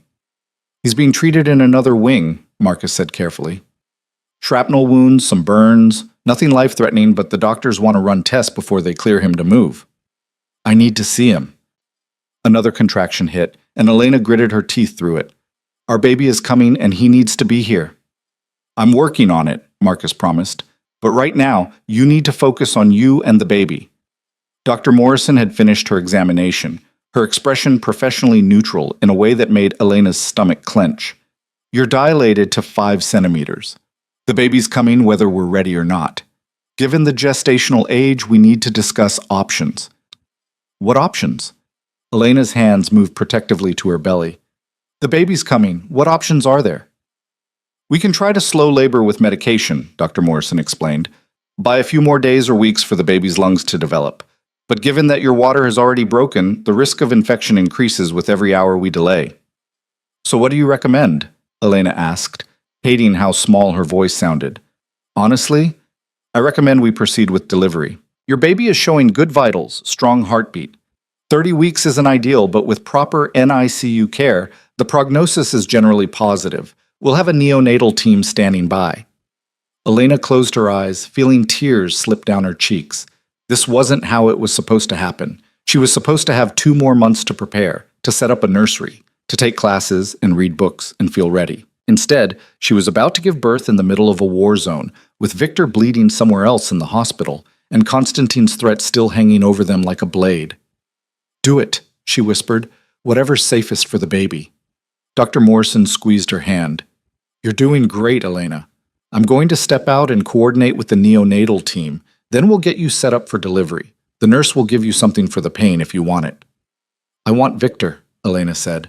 Please, he needs to be here when our baby is born. I'll see what I can do, Dr. Morrison promised, though her expression suggested she thought it was unlikely. After the doctor left, Elena was alone with Marcus and the quiet beeping of monitors. Another contraction built, this one so intense she couldn't breathe through it. Her fingers dug into the hospital bed rails, her entire body tensing against the pain. Marcus, she gasped when it passed. What happened? The explosion. Was it Constantine? Marcus's jaw tightened. It was a setup. The meeting location was rigged to blow the moment Victor entered. He realized it just in time, got most of his people out. But Constantine was watching, waiting. He detonated early when he saw them evacuating. And Victor got hurt trying to save everyone else, Elena guessed. He got hurt being Victor Moreau, Marcus corrected, never leaving a man behind, even when the smart play is to run. Elena would have smiled if another contraction wasn't building. Is Constantine dead? Unknown, Marcus admitted. The building came down, but we haven't found a body. Boss wants to assume he's alive until we have confirmation. Before Elena could respond, the door burst open and Victor appeared, and Elena's heart nearly stopped. He looked like he'd walked through fire. Literally. Burns covered his left arm, hastily bandaged but still seeping through the gauze. His face was cut and bruised, his shirt more blood than fabric, but his eyes, those ice blue eyes, were absolutely focused on her. Sir, you can't be in here, a nurse protested, trying to block his path. You haven't been cleared by your attending physician. I'm not leaving, Victor said flatly, moving past her to Elena's bedside. His hand found hers, gripped it like a lifeline. I'm staying right here. Dr. Morrison appeared in the doorway, took one look at Victor, and sighed. Mr. Moreau, you're supposed to be in post-surgical observation. I'm fine, Victor said, never taking his eyes off Elena. I'm staying with her. You're bleeding through your bandages, Dr. Morrison pointed out. And you probably have a concussion, not to mention the smoke inhalation. I don't care, Victor interrupted. My child is being born. I'm staying. Dr. Morrison looked at Elena, who nodded desperately. Please, I need him here. The doctor studied them both for a long moment, then nodded. Fine, but you sit down before you fall down, Mr. Moreau, and if you pass out during delivery, I'm having you removed. Understood? Understood, Victor agreed, though Elena doubted he'd actually leave even if he did pass out. Marcus quietly exited, leaving them alone. Victor pulled a chair close to the bed, his good hand still gripping hers. His other arm hung stiffly at his side, clearly causing him pain he was too stubborn to acknowledge. You look terrible, Elena whispered. You look beautiful, Victor countered. Terrified and in pain, but beautiful. Another contraction hit, and Elena's grip on his hand tightened until she thought she might break his fingers. Victor didn't flinch, just leaned closer, murmuring words she couldn't quite hear over the roaring in her ears. When it passed, she was crying again. I'm so scared, Victor. What if something's wrong with the baby? What if coming early means our baby is a fighter, Victor said firmly. Just like you, just like me. Whatever happens, we face it together. Together, Elena repeated, needing to believe it. You promise you're okay? You're not just saying that to keep me calm? I'm not okay, Victor admitted. I'm burned and bruised and pretty sure I cracked a rib. But I'm alive, Elena. I'm here. That's what matters. Constantine. Doesn't matter right now, Victor interrupted. Right now, the only thing that matters is you and our baby. Everything else is just noise. Dr. Morrison returned with 2 other doctors and several nurses, all moving with practiced efficiency. All right, Elena, we're going to get you moved to the delivery room. The neonatal team is scrubbed in and ready. How are you feeling? Like I'm about to give birth 2 months early, Elena said, her attempt at humor falling flat. Fair enough, Dr. Morrison said with a small smile. Mr. Moreau, if you're staying, you'll need to scrub in. Can you manage that with your injuries? Victor was already standing. Just tell me where. 10 minutes later, Elena was in the delivery room, a space that somehow managed to be both sterile and warm, filled with equipment she didn't want to think too hard about. Victor stood beside her in surgical scrubs that didn't quite fit, his bandaged arms stiff, but his eyes alert and focused entirely on her. The contractions were coming faster now, each one a tidal wave of pain that left her gasping. Dr. Morrison checked her progress and nodded with satisfaction. You're at 8 centimeters, she announced. Not long now. How are you doing with the pain? I'm fine, Elena lied through gritted teeth. She's not fine, Victor said quietly. Give her something. I can handle it, Elena protested, even though she wasn't sure that was true. The baby, I don't want anything that might affect the baby. The epidural's perfectly safe, Dr. Morrison assured her. And given the stress your body's under, managing the pain might actually help the delivery go smoother. Elena looked at Victor, who nodded. Let them help you, Elena. You don't have to be strong through this. So she agreed to the epidural, letting the anesthesiologist work while Victor held her hand and murmured reassurances. Within minutes, the edge came off the pain. Not gone completely, but manageable, bearable. Better? Victor asked, brushing sweat-dampened hair from her forehead. Better, Elena confirmed. Are you sure you're okay to be here? You look pale. I'm not leaving, Victor said simply. I don't care if I pass out. I'm not missing this. Time became strange after that, measured in contractions and doctor's instructions, and the steady beep of monitors tracking their baby's heartbeat. Elena pushed when they told her to push, breathed when they told her to breathe, held on to Victor's hand like it was the only solid thing in a spinning world. I can see the head, Dr. Morrison announced. You're doing great, Elena. Just a few more pushes. I can't, Elena gasped. I can't do this. Yes, you can, Victor said, his voice steady despite the fact that he was swaying slightly on his feet. You're the strongest person I know, Elena. You can do anything. One more big push, Dr. Morrison encouraged. Come on, Elena. Your baby is right there. Elena gathered every ounce of strength she had left and pushed. The world narrowed to that single moment, the pain, the pressure, the desperate need to bring her child safely into the world. She pushed until she thought she might break, until Victor's hand was the only thing anchoring her to reality. And then, suddenly, a sound, a cry, small and indignant and absolutely perfect. It's a boy, Dr. Morrison announced, holding up a tiny, wrinkled creature who was screaming his fury at the world. You have a son. Elena's vision blurred with tears as she watched the medical team work quickly, efficiently. They placed the baby on her chest for just a moment, long enough for her to feel his warmth, to count tiny fingers that wrapped instinctively around hers, to see eyes that were unfocused but searching. Hi, baby, she whispered, her voice breaking. Hi, sweetheart. We've been waiting for you. Victor's good arm came around both of them, his face pressed close to hers so she could feel his tears mixing with her own. He's perfect, Victor said hoarsely. Elena, he's perfect. But the moment was brief. The neonatal team stepped in, gentle but urgent. We need to take him to the NICU, one of the doctors explained. His breathing is a bit labored, nothing critical, but at 30 weeks his lungs need support. Can I go with him? Elena asked desperately as they lifted the baby from her chest. You need to finish delivering the placenta, Dr. Morrison said gently. But Mr. Moreau can go if he wants. One parent is allowed in the NICU. Victor looked torn, his gaze moving between Elena and the baby being placed in a mobile incubator. Elena made the decision for him. Go, she said.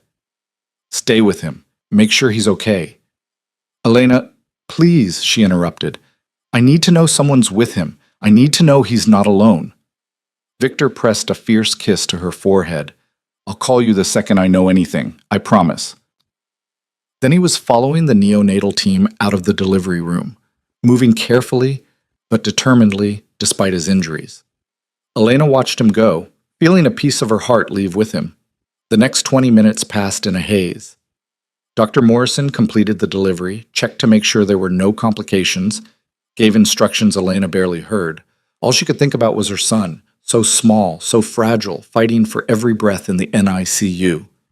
You did beautifully, Doctor, Morrison said, helping Elena get cleaned up and moved to a recovery room.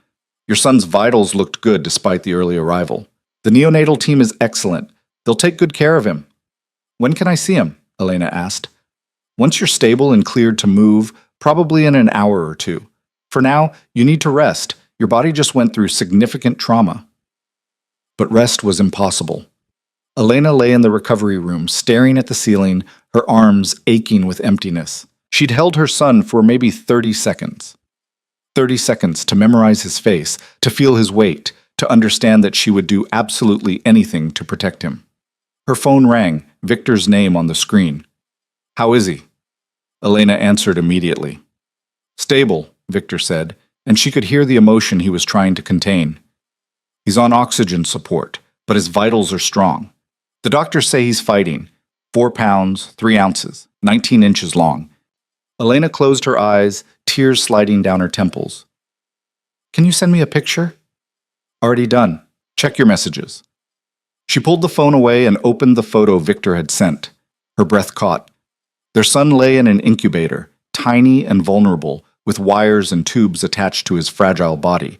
But his eyes were open, unfocused but aware, and one hand was curled into a fist against his cheek.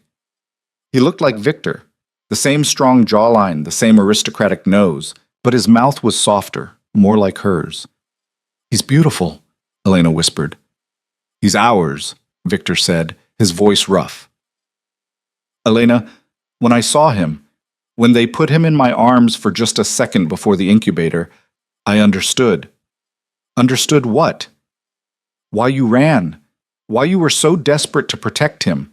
Because I would burn the world down for this child. I would destroy everything and everyone who posed even the slightest threat. And if that makes me a monster, then I'm a monster. But I'm a monster who will keep our son safe no matter what it costs.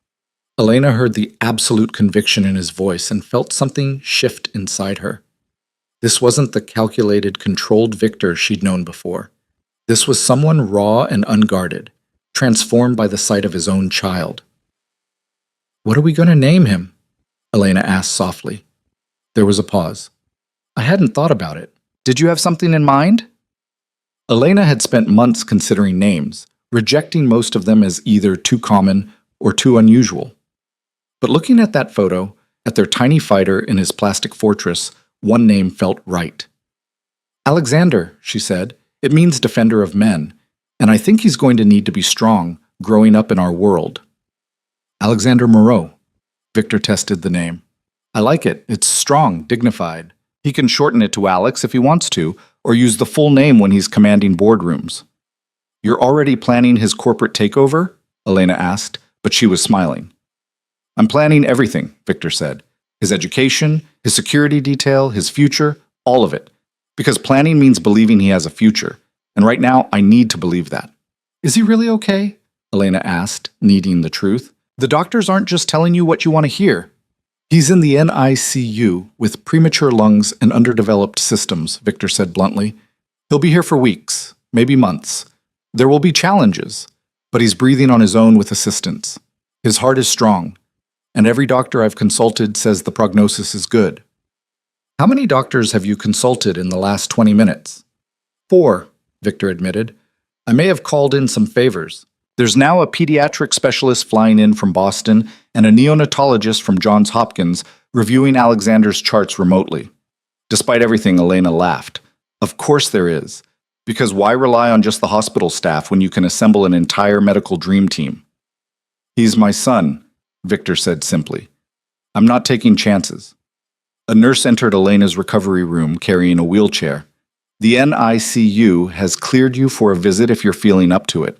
Elena was already trying to sit up. I'm up for it. The journey to the NICU felt endless, despite being only 2 floors up. The nurse wheeled her through corridors that all looked the same: sterile white walls, fluorescent lighting, the antiseptic smell that marked every hospital in the world. Victor met them at the NICU entrance, having changed out of his surgical scrubs but still visibly injured. "They're letting us both in," he said, "but only for 30 minutes. Alexander needs to rest, and so do you." The NICU was quieter than Elena expected. Hushed voices, soft beeping, the gentle whoosh of ventilators and oxygen machines, row after row of incubators, each one containing someone's tiny miracle or heartbreak. Alexander's incubator was in the back corner, surrounded by monitors and equipment. A nurse stood nearby, checking readings and making notes. She looked up when they approached and smiled. "You must be Mom and Dad." "I'm Sarah, Alexander's primary nurse for this shift. He's been doing great, very alert for a 30-weeker.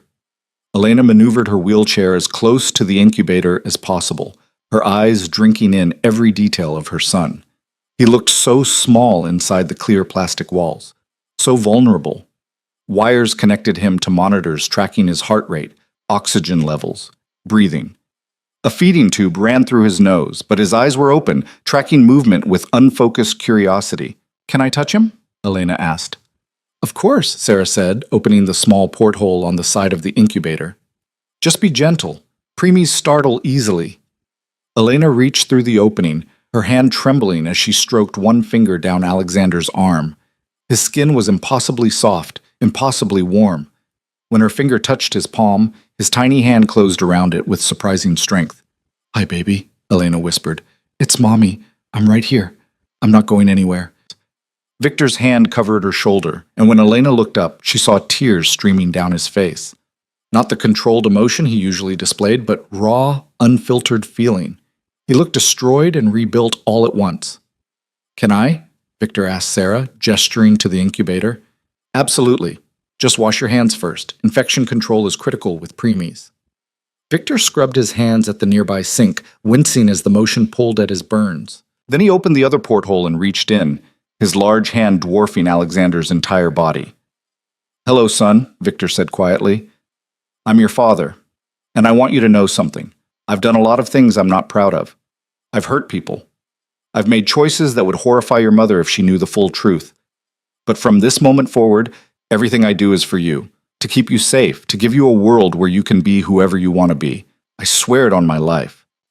Elena watched her son's fingers curl around Victor's thumb, watched this dangerous man become utterly gentle, and felt something inside her settle.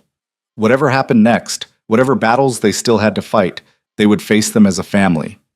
"He has your nose," Elena said softly. "He has your mouth," Victor countered. "And I suspect he's going to have your stubborn streak." "Definitely," Elena agreed, already trying to come into the world on his own schedule instead of waiting like he was supposed to. Sarah cleared her throat gently. "I hate to interrupt, but Mom needs to rest. You can come back in a few hours, and we'll update you on any changes." Elena wanted to protest, wanted to stay right here with her hand touching her son for the rest of her life. But exhaustion was crashing over her in waves, and her body was making it clear that recovery wasn't optional. "We'll be back," Victor promised Alexander. "Every day, as often as they'll let us. You're not alone in this fight, son. You have us." The nurse wheeled Elena back to her private room, another space that was far nicer than anything standard insurance would cover. Victor walked beside her, one hand on the wheelchair, even though his injuries must have been screaming for attention. "You need to see a doctor," Elena said once they were alone. "Your arm, Victor, it's still bleeding." "It can wait." "No, it can't." Elena caught his hand, forced him to look at her. "Alexander needs both of us healthy. He needs his father to be okay. Please. For him."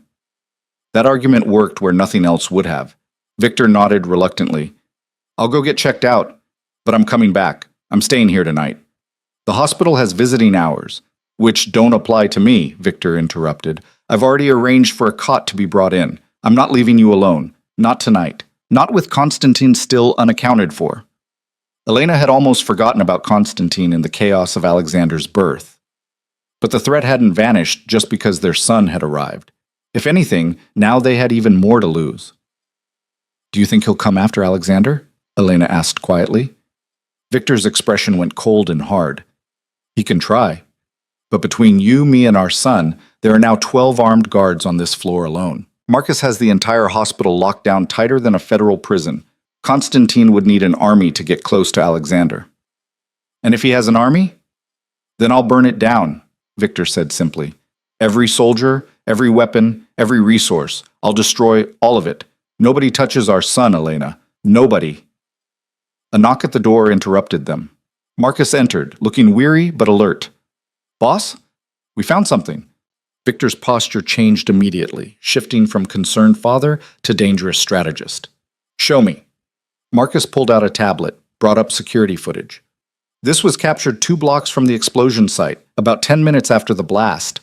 The video showed a man limping away from the destruction, his face partially obscured by soot and blood. But Elena recognized him from photos Victor had shown her. Konstantin Volkov. Alive. He's wounded, Marcus said. Badly, from the look of it. But he got out. Victor watched the footage with cold calculation. Track him. I want to know where he goes, who he contacts, what resources he has left. And I want a full damage assessment on both sides. Already in progress, Marcus confirmed. But boss, you need to know, the explosion made the news. Our name is attached to it. There's going to be scrutiny.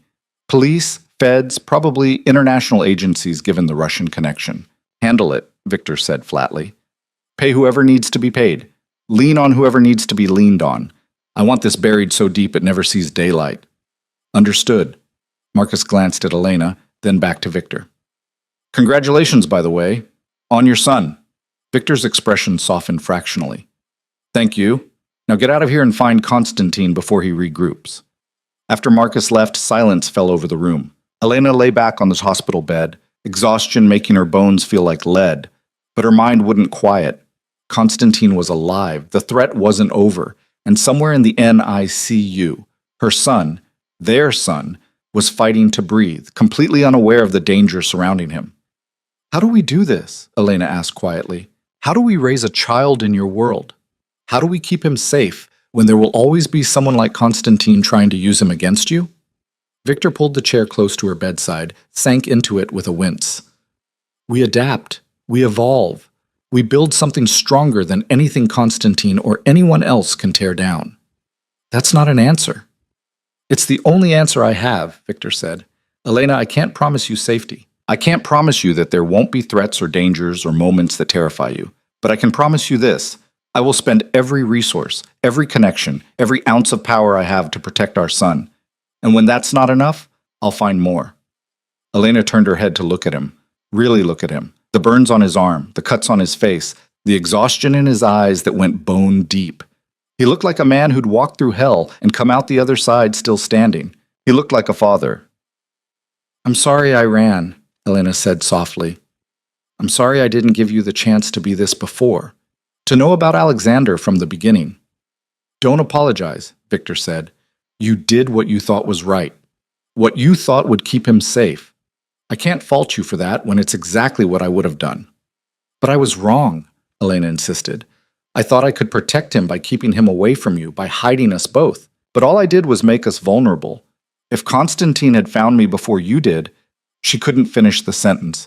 Victor's hand found hers squeezed gently. He didn't. You're here. Alexander is here. We're together. That's what matters. What happens next? Elena asked. When we leave the hospital, where do we go? Wherever you want, Victor said. The penthouse is secure, but if you'd rather somewhere else, a house in the suburbs, a place upstate, something with a yard and normal neighbors, I'll make it happen. Elena almost laughed. Normal neighbors, as if anything about our life could be normal. It could be, Victor said quietly. Parts of it, anyway. Alexander can go to school, have friends, play sports, or learn piano, or whatever he wants to do. We can give him slices of normal, even if the foundation underneath isn't. You really believe that? I have to, Victor said, because the alternative is raising him in a fortress, and that's not a life. That's a prison. Elena thought about that, about the balance between protection and freedom, between security and living. It was the same calculation she'd been making since the moment she saw the positive pregnancy test, the same impossible equation with no clear solution. We'll figure it out, she said finally. Together. One day at a time. Together, Victor agreed. One day at a time.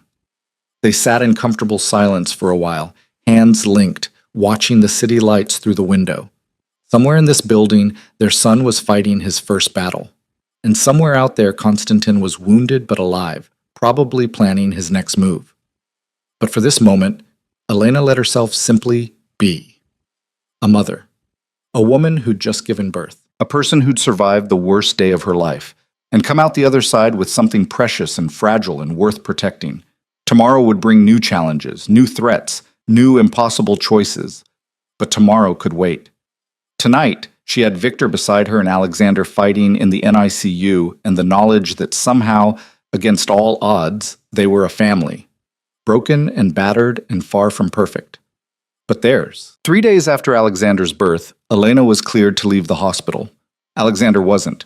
The doctors were optimistic but cautious. His lungs were improving, his weight was stabilizing, but he'd need at least another month in the NICU before they'd consider releasing him. Maybe longer.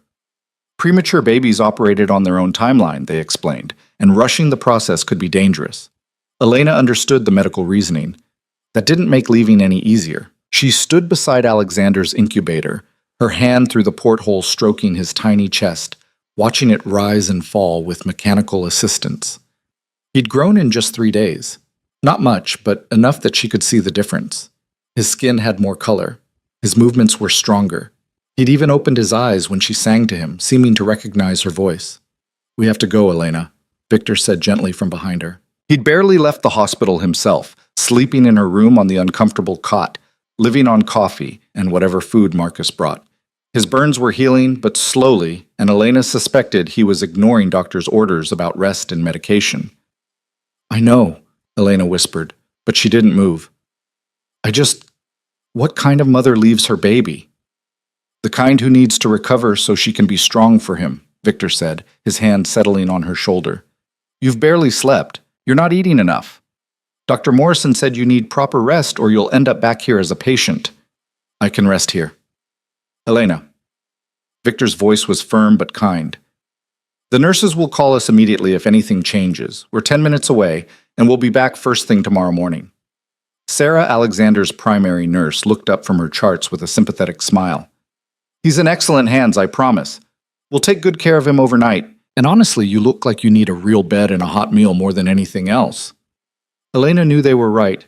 Her body was still recovering from childbirth, and the hospital chair wasn't doing her any favors. But the thought of being separated from Alexander, even by a few miles, made her chest ache. "Talk to him," Victor suggested quietly. "Tell him we'll be back." So Elena leaned close to the incubator, her voice soft. "Hi, sweet boy. Mommy and Daddy have to go home for a little while, but we'll be back tomorrow. You keep being strong, okay? Keep fighting. We love you so much, Alexander. So much." Alexander's hand twitched, his tiny fingers curling and uncurling. Elena chose to believe he heard her, understood somehow that she wasn't abandoning him, just stepping away to gather her strength. The drive back to the penthouse was quiet. Victor had insisted on driving himself despite Marcus's protests, his bandaged arm managing the wheel with practiced ease. Elena watched the city slide past the windows, everything feeling surreal and distant. "Marcus updated me while you were with Alexander," Victor said, breaking the silence. "Konstantin's gone to ground. We tracked him to a safe house in Brooklyn, but by the time our people arrived, he'd already moved." Elena's hand moved instinctively to her still tender abdomen. "Do you think he'll try something, now that Alexander's born?" "I think he's wounded and regrouping," Victor said carefully, "which makes him either more dangerous or less, depending on how desperate he is.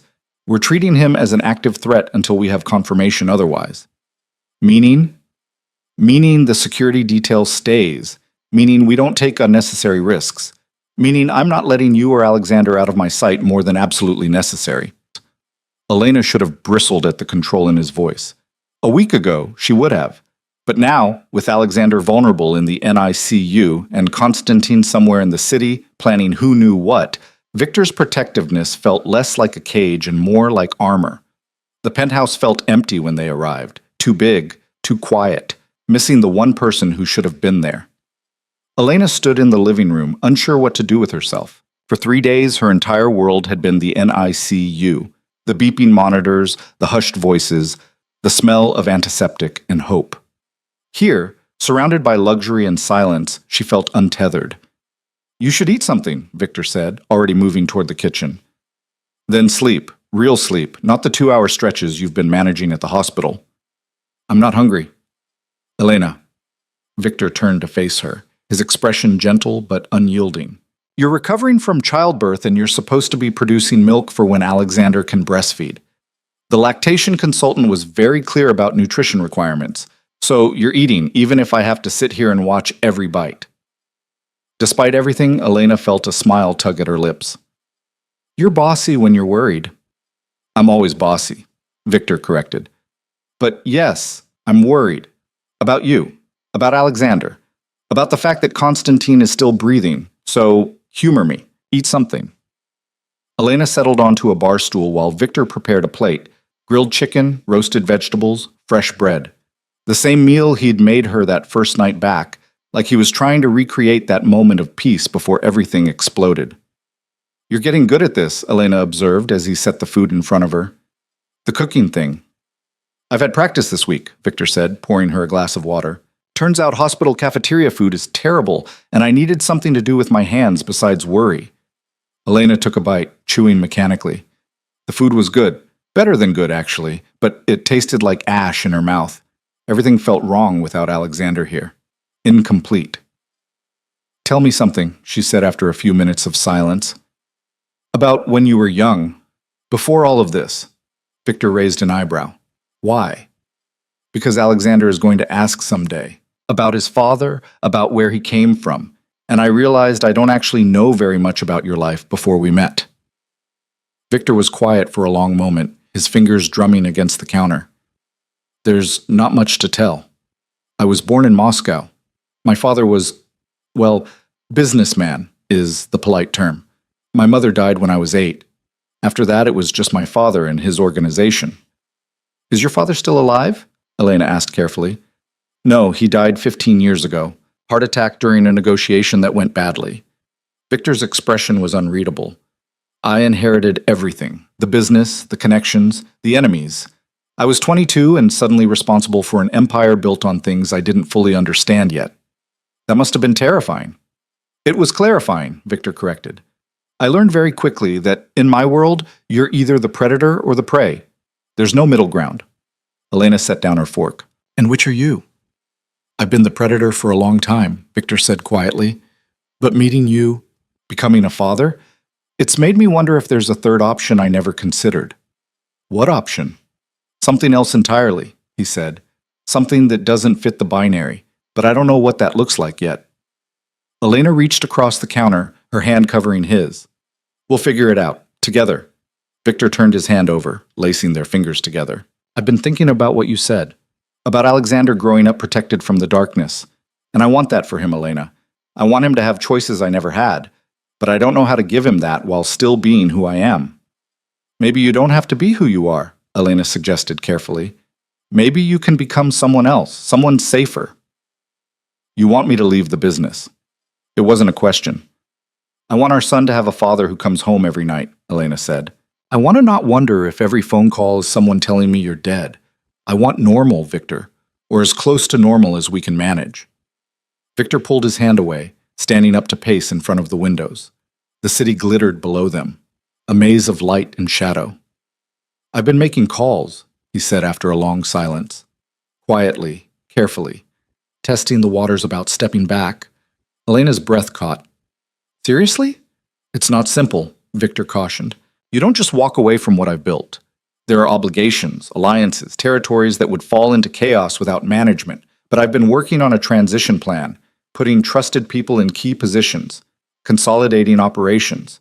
It would take time, maybe a year, maybe more. But it's possible." "Why didn't you tell me?" "Because I wasn't sure it was actually possible until yesterday," Victor admitted. "And I didn't want to promise you something I couldn't deliver. But seeing Alexander holding him, realizing how fragile he is, it made me understand that you're right. I can't be both the man I've been and the father he needs. Something has to change." Elena stood, moving to stand beside him at the window. "What about Constantine? He won't just let you walk away." Constantine is a problem I need to solve before any transition can happen, Victor said grimly. As long as he's alive, he's a threat. To me, to you, to Alexander. He needs to be neutralized. The word neutralized hung in the air between them, heavy with implication. Elena knew what it meant, knew what Victor was willing to do to protect their family. When? She asked quietly. Soon, Victor said. Marcus is tracking his movements. The moment we have a clear shot. He stopped, glancing at her. I don't need to give you the details. No, Elena agreed. You don't. But Victor, be careful. Alexander needs his father. I need you to come back. Victor turned to face her fully, his hands framing her face with a gentleness that contradicted everything he was. I'm coming back. I swear it. Constantine made the mistake of threatening my family. That's not something I forgive or forget. They stood like that for a moment, foreheads touching, breathing the same air. Elena felt the tension in Victor's body, the coiled readiness of someone preparing for violence. But she also felt his warmth, his solid presence, the way his hands trembled slightly against her skin. I love you, she said, the words slipping out before she could second-guess them. I know I never said it before I left. I know I was too scared or too proud or too something, but I love you, Victor Moreau, and that terrifies me more than anything else. Victor's eyes closed briefly, and when they opened again, Elena saw something raw and vulnerable in their depths. I love you too. I've loved you since the moment you looked at me like I was just a man instead of a monster. And I'll love you until the day I die, which better be decades from now, in a bed, surrounded by grandchildren. Despite everything, Elena laughed. Grandchildren? We have to get through raising one child first. We'll manage, Victor said with more confidence than she felt. We're both stubborn enough to figure it out. Her phone buzzed, a text from Sarah at the NICU. Elena's heart jumped, but the message was reassuring. Alexander had a good feeding. His oxygen levels were stable. He was sleeping peacefully. Attached was a photo of their son, his tiny face relaxed in sleep, looking impossibly small in the incubator. He's okay, Elena said, showing Victor the phone. He's doing okay. Victor studied the photo with an intensity that made Elena's chest tight. He looks like you when you sleep, peaceful, like the world can't touch you. He looks like both of us, Elena corrected. The best parts, hopefully. All parts of you are the best parts, Victor said simply. Elena's phone buzzed again, this time a call. Marcus. Victor answered it on speaker. Boss, we have movement. Constantine just surfaced at a location in Queens. He's meeting with someone. We're running facial recognition now. Victor's entire demeanor changed, shifting from gentle father to dangerous strategist in a heartbeat. How many men does he have with him? Looks like 4, maybe 5. He's wounded still, moving carefully. This might be our window. Assemble the team, Victor ordered. I want full tactical gear. And Marcus, I want him alive if possible. I have questions that need answering. Understood. ETA, 30 minutes. Victor ended the call and turned to Elena, his expression apologetic. I have to go. I know. Elena forced herself to sound calm, even though panic was clawing up her throat. Just, please be careful. Please come back. Always, Victor promised.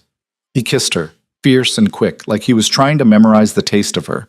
Then he was moving toward his office, already making calls, organizing resources, becoming the man who commanded an empire built on shadows and violence. Elena watched him go, feeling helpless and terrified. She wanted to beg him to stay, to send someone else, to choose safety over revenge. But she understood now, in a way she hadn't before, that this wasn't about revenge. This was about protection, about eliminating a threat so complete that their son could grow up without looking over his shoulder. 20 minutes later, Victor emerged dressed in tactical gear that made him look like something from a military operation. Kevlar vest, weapons concealed but clearly present, his expression cold and focused. There are 12 guards stationed throughout the building, he said, all business now. Marcus left 2 men specifically assigned to this floor. Do not open the door for anyone except me or Marcus.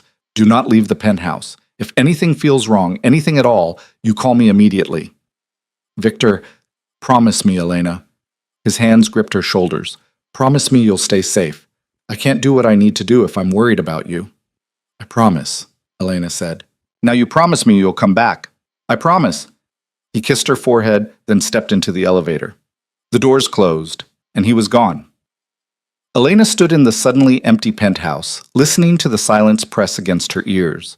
She tried to distract herself: television, a book, the laptop Victor had given her to start researching her art history coursework. But nothing held her attention. All she could think about was Victor walking into danger while Alexander fought his own battles in the NYCU, and she stood here, useless and afraid. Her phone rang. Unknown number. Elena almost didn't answer, remembering Victor's warnings, but something made her swipe to accept. Hello? Elena Carter. The voice was rough, accented, unmistakably Russian. We meet at last, though only by phone. Ice flooded her veins. Konstantin. Very good. Victor has told you about me then. Warned you, no doubt, about the dangerous Russian who wants to destroy him. What do you want? Elena kept her voice steady through sheer force of will. Right now, I want Victor Moreau to suffer. I want him to know what it feels like to lose a son. But I'm a practical man, Elena. I'm willing to negotiate. I'm not negotiating anything with you. Not even for your son's safety? Konstantin's voice went soft, dangerous. Little Alexander, fighting so hard in his incubator, so fragile, so vulnerable. It would be such a shame if something happened to him. Elena's hand moved to her mouth, holding back a scream. You wouldn't. You couldn't get near him. Couldn't I? Konstantin interrupted. Hospitals are such chaotic places. So many people coming and going. Doctors, nurses, visitors. Who would notice one more face in the crowd? Who would think to check everyone who passes through the NICU doors? Victor will kill you, Elena said, her voice shaking with rage and terror. If you touch our son, he will hunt you to the ends of the earth and make you beg for death. I'm counting on it, Konstantin said. That's the point, you see. I don't want a quick death for Victor Moreau. I want him to suffer first, to know what I felt when I lost my boy. And you, Elena, you're going to help me. Go to hell. Here's what's going to happen, Konstantin continued, as if she hadn't spoken. You're going to call Victor. Tell him you know where I am. Feed him the location I'm about to text you. And when he arrives, well, let's just say I have a surprise waiting. You want me to lure him into a trap, Elena said flatly. I want you to choose, Konstantin corrected. Victor's life or your son's. Because if Victor doesn't show up at that location in the next hour, I have people in position at the hospital who will ensure Alexander doesn't survive the night. But if Victor comes alone, unarmed, ready to negotiate, I'll let your son live. You have my word. Your word means nothing. Perhaps, Konstantin acknowledged. But it's the only currency we're trading in right now, so what will it be, Elena? Do you save the man you love, or the son you both created? The line went dead. Elena stood frozen, her phone clutched in her shaking hand. This couldn't be happening, couldn't be real. But even as her mind rejected it, a text came through with an address in Queens and a simple message. 1 hour. Victor alone, or the baby dies. Her first instinct was to call Victor, to warn him about the trap. But what if Konstantin was serious? What if he really did have people at the hospital ready to hurt Alexander? The NICU had security, but it wasn't designed to stop a determined attack. And if something happened to their son because she didn't cooperate, Elena's hands were shaking so badly she could barely hold the phone. She needed to think, needed to figure out a way to protect both Victor and Alexander. But her mind was spinning, terror and adrenaline making coherent thought nearly impossible. She called Marcus. It went to voicemail, probably because he was with Victor on whatever operation they'd mounted. She left a frantic message explaining about Konstantin's call, about the threat to Alexander, about the impossible choice. Then she called the NICU. Sarah answered on the second ring, her voice cheerful. Elena, we were just about to call you. Alexander had another good feeding, and Sarah, listen to me very carefully, Elena interrupted. I need you to put the NICU on lockdown, right now. No one in or out except established staff. There's been a credible threat against my son. Sarah's voice changed immediately, going professional and sharp. What kind of threat? Someone claims they have people in position to hurt Alexander. I don't know if it's real, but I can't take the chance. Please, Sarah, lock down the NICU and call security. Already doing it, Sarah said. Elena could hear her moving. could hear the urgency in her voice as she called for help. We're initiating Code Purple. That's our highest security protocol. Alexander will be moved to a secure room with armed guards. No one gets near him, Elena, I promise you. Thank you, Elena breathed. Thank you so much. Do you want us to call the police? Elena hesitated. Police meant questions, investigations, attention that Victor's world couldn't afford. Not yet. Just keep Alexander safe. I'll handle the rest. She ended the call and immediately tried Victor again. This time he answered, his voice tight with focus. Elena, I can't talk right now. We're about to. It's a trap, Elena said quickly. Constantine just called me. He knows where you are. He wants you to come to a different location, alone. Or he says he'll have Alexander killed. There was a brief silence, then Victor's voice came back cold and deadly. Where's the location? Victor, no. It's obviously a trap. He's trying to separate you from your security team so he can... Where is it, Elena? She closed her eyes, hating this, hating all of it. Queens, he texted me an address, but I already called the NICU. They've locked down. Alexander is safe. You don't have to do this. Yes, I do, Victor said quietly. Because if there's even a chance Constantine has people at that hospital, I can't take the risk. Send me the address. Victor, please. Send it, he commanded. And stay in the penthouse. Marcus will have someone posted outside within 5 minutes. Do not leave. Do not answer the door. Understood? This is exactly what he wants, Elena pleaded. He's trying to isolate you to... I know what he's doing, Victor interrupted. And I'm going anyway, because our son's life is worth more than my caution. Send the address, Elena. Now. With trembling fingers, Elena forwarded Constantine's text. She heard Victor receive it, heard him relay the information to someone, probably Marcus. Victor, she said desperately, I love you. Please don't do this. Please just come home. I love you too, Victor said.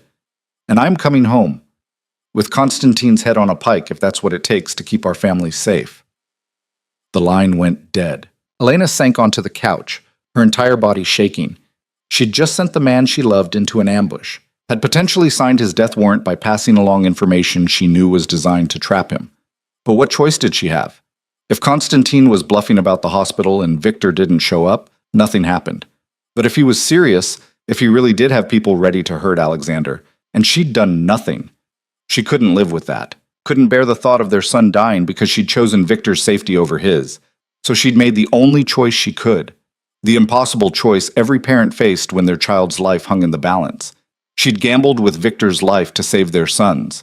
And now all she could do was wait to find out if she'd just destroyed everything. The minutes crawled by with agonizing slowness. Elena paced the penthouse, her phone clutched in her hand, waiting for news. Any news. A text. A call. Something to tell her Victor was okay. That Alexander was safe. That Constantine was dead or captured or neutralized. But her phone stayed silent. She checked the NICU camera feed Victor had arranged for her. A live stream that showed Alexander's incubator. He was sleeping peacefully, unaware of the chaos swirling around him. 2 armed guards stood visible in the frame now, their presence both reassuring and terrifying. An hour passed. Then another. Elena called Marcus 3 times, texted him 12 more. Nothing. She tried Victor's phone and got voicemail. The silence was worse than any news could have been. Finally, at nearly midnight, her phone rang. Marcus. Is he alive? Elena asked instead of hello.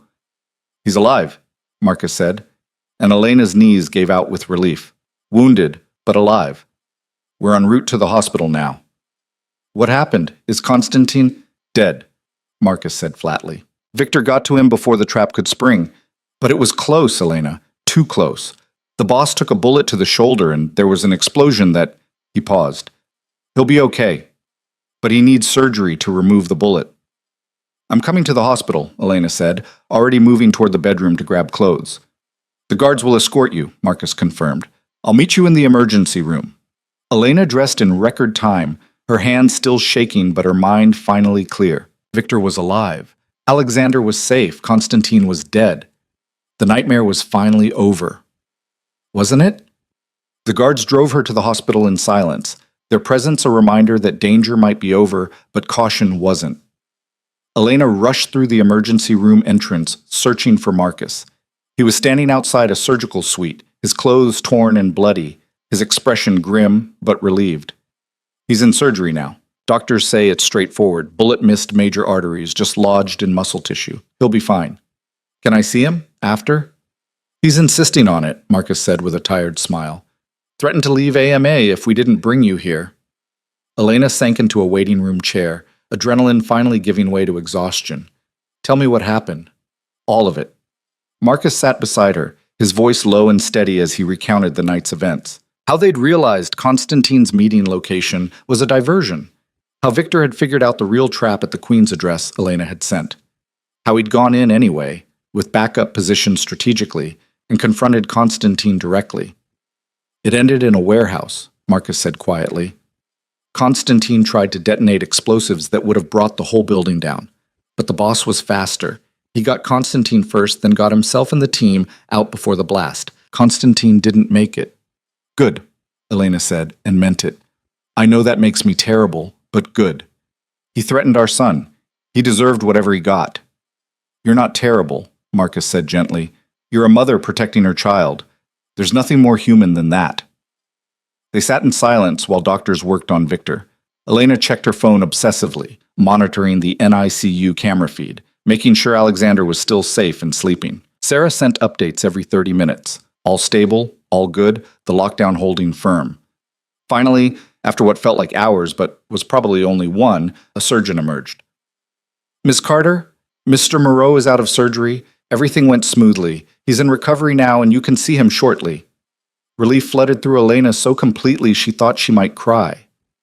He's okay? Really okay? He'll be sore for a while and he'll need to take it easy during recovery. But yes, he's fine. Tough man, your Mr. Moreau. Most people would be in shock after what he went through tonight. He was giving us instructions about security protocols while we prepped him for surgery. Despite everything, Elena laughed. That sounds like him. 20 minutes later, she was escorted to Victor's recovery room. He was already awake, of course he was, arguing with a nurse about discharge timelines. You just had surgery, the nurse was saying firmly. You need at least 24 hours of observation before we even discuss Elena. Victor's eyes found hers and everything else fell away. You're here. Where else would I be? Elena moved to his bedside, her hand finding his carefully. How are you feeling? Like I got shot and then blown up, Victor said honestly. But alive. We're both alive, and Alexander is safe. That's what matters. The nurse huffed and left them alone. Elena pulled a chair close to the bed, studying Victor's face. He looked exhausted, battered, but triumphant somehow, like he'd finally slayed the dragon that had been chasing them. Is he really dead? Elena asked quietly. Constantine? Very, Victor confirmed. Marcus identified the body personally. It's over, Elena. The threat is over. She wanted to believe him, wanted to let relief wash away the last 7 months of fear and running, but something held her back. Some instinct that said their problems couldn't be solved so neatly. What about his organization, she asked. His people. Won't they come after you for revenge? I've already been making calls, Victor said. Constantine's death leaves a power vacuum. I've offered to help fill it, peacefully. Most of his lieutenants are pragmatic men. They'll take the deal rather than risk war. And if they don't? Then Marcus handles them, Victor said simply. But I don't think it'll come to that. Constantine was operating alone at the end. His vendetta against me wasn't shared by his entire organization. They'll be relieved to move on. Elena hoped he was right, prayed he was right, because she didn't know how much more of this she could take. The fear, the violence, the constant threat hanging over their heads. I want to see Alexander, Victor said suddenly. Is he still in lockdown? Yes, but I can have Sarah clear you. Give me a second. Elena texted quickly, got an immediate response. She says you can come up as soon as you're cleared to move, which, according to your surgeon, won't be for at least 24 hours. Victor's expression turned stubborn. I'm not waiting 24 hours. Victor, I just killed a man to protect our son, he said quietly. I'm not spending one more second away from him than absolutely necessary, so either they clear me to move or I'm leaving AMA. Elena knew that tone, knew that nothing, not doctors, not common sense, not the risk of ripping his stitches, would change his mind. Fine, she sighed. But you're using a wheelchair. Non-negotiable. Deal. It took another hour of arguing with medical staff, signing forms, and promising to return if there were any complications. But finally, Victor was settled in a wheelchair with Elena pushing him toward the elevator. The NICU was still on lockdown, but Sarah met them at the secure entrance with a smile. I heard we have a very determined visitor. Come on back. Alexander's been asking for you. He can't talk, Elena pointed out. No, but he's been fussy, Sarah said, like he knows something's not right. Babies are perceptive that way. She led them to Alexander's incubator. Ars, now in a private room with armed guards still stationed outside. Their son was awake, his tiny fists waving in the air, his face scrunched in what looked like annoyance. Hey, little man, Victor said softly, reaching through the porthole. I'm back, just like I promised. Alexander's hand wrapped around Victor's finger with surprising strength, and maybe it was Elena's imagination, but she swore their son relaxed at his father's touch. We're all here, Elena whispered, her hand covering Victor's. We're together. We're safe. We're safe, Victor echoed. Finally. They stood like that for a long time.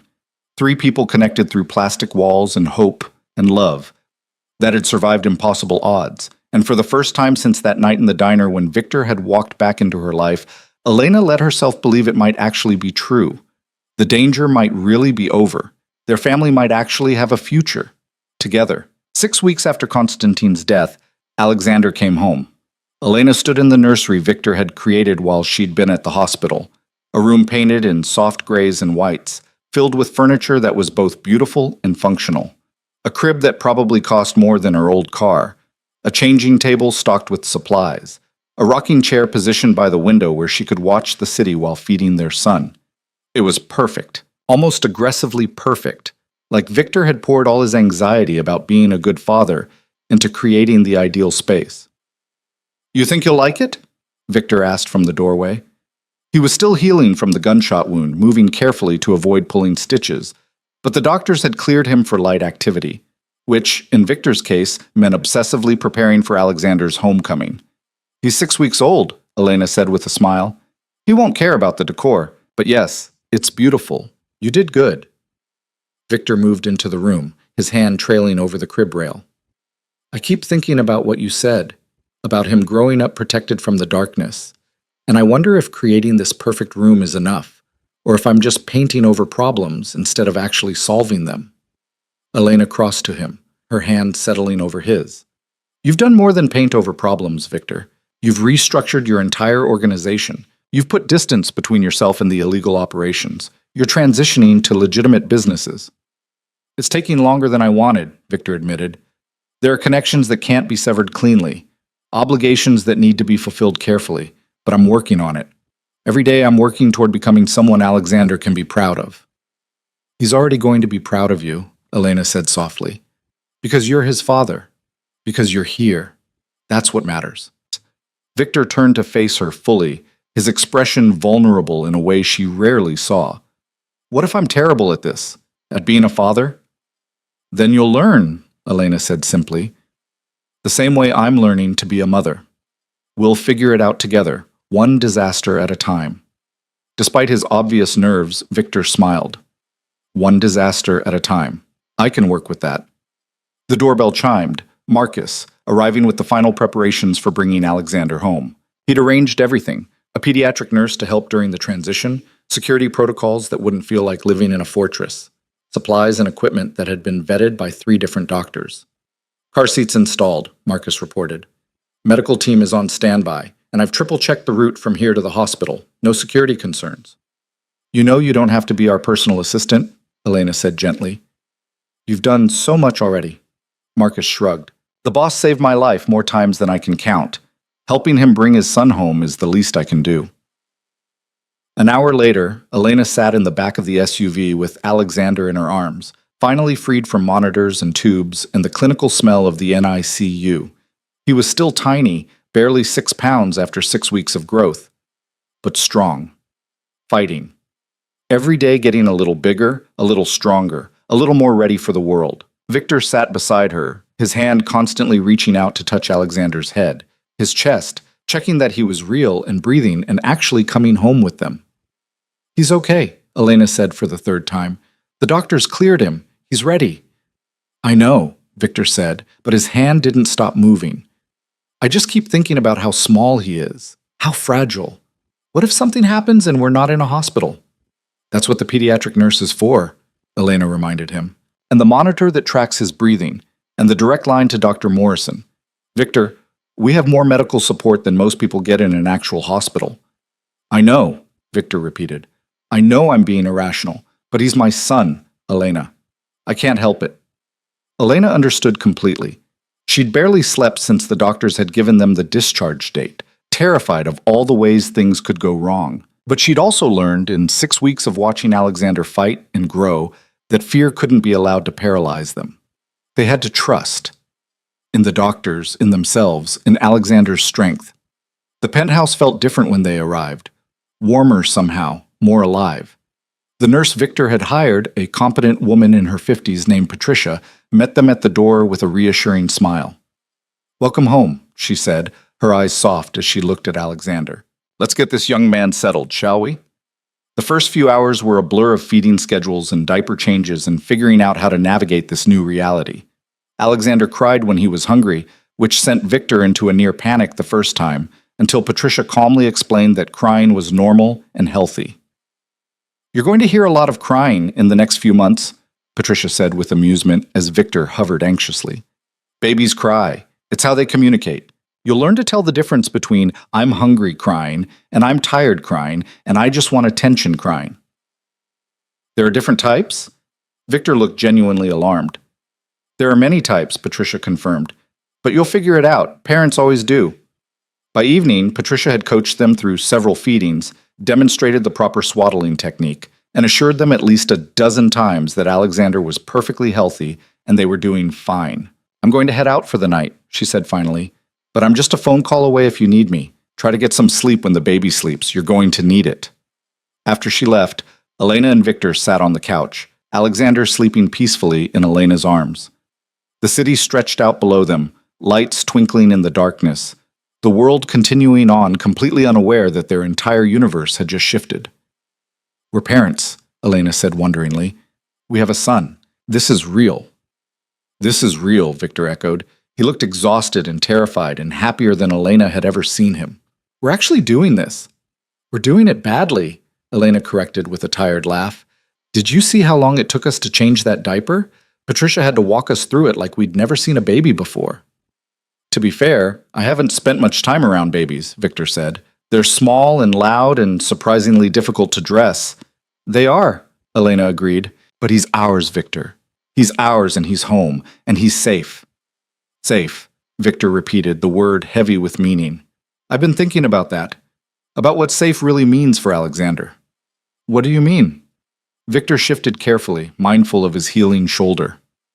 "Constantine is dead, but the world I've lived in doesn't disappear just because one threat is eliminated. There will always be people who see Alexander as leverage, as a way to get to me. And I can surround him with guards and security systems, but that's not the same as actually being safe." "So what are you saying?" Elena asked carefully. "I'm saying I want to accelerate the timeline," Victor said, "for stepping back from the business, for transitioning to something legitimate. I don't want Alexander growing up wondering if his father is going to come home. I don't want him to ever see the things I've had to do." Elena felt tears prick her eyes. "You're serious? You're really going to walk away?" "I'm really going to try," Victor corrected. "It won't be overnight. These things take time. But I've already started positioning trusted people to take over key operations, and I'm liquidating some assets to fund legitimate businesses, real estate development, technology investments, things that won't put a target on our family." "What about the people who won't want you to leave?" Elena pressed. "The ones who depend on your leadership?" "Most of them will be fine," Victor said. "I'm not abandoning anyone. I'm setting up succession plans that ensure continuity. And the few who might object, well, Marcus is handling those conversations." Elena didn't ask what that meant. She'd learned that some parts of Victor's world were better left unexamined. "How long do you think it will take? The full transition?" 6 months? Maybe a year? Victor estimated. "There are contracts that need to be honored, relationships that need to be carefully unwound. But by Alexander's first birthday, I want to be able to say I'm completely out. Just a businessman with a family and a relatively boring life. You'll hate boring, Elena said with a small smile. Maybe, Victor acknowledged, but I'll love being here more. Being present for Alexander's first words, his first steps, all the moments I would have missed if I was constantly managing crises and putting out fires. Alexander stirred in Elena's arms, making the small grunting sounds that usually preceded crying. Elena shifted him, bouncing gently until he settled back to sleep. You're good at that, Victor observed. I've had 6 weeks of practice in the NICU, Elena said. You'll get the hang of it too. I hope so. Victor reached out, his finger tracing Alexander's tiny hand. Their son's fingers immediately curled around his father's, that instinctive grip that never failed to make Elena's heart squeeze. I want to be good at this, at being his father. It matters more than anything I've ever done. You will be, Elena promised.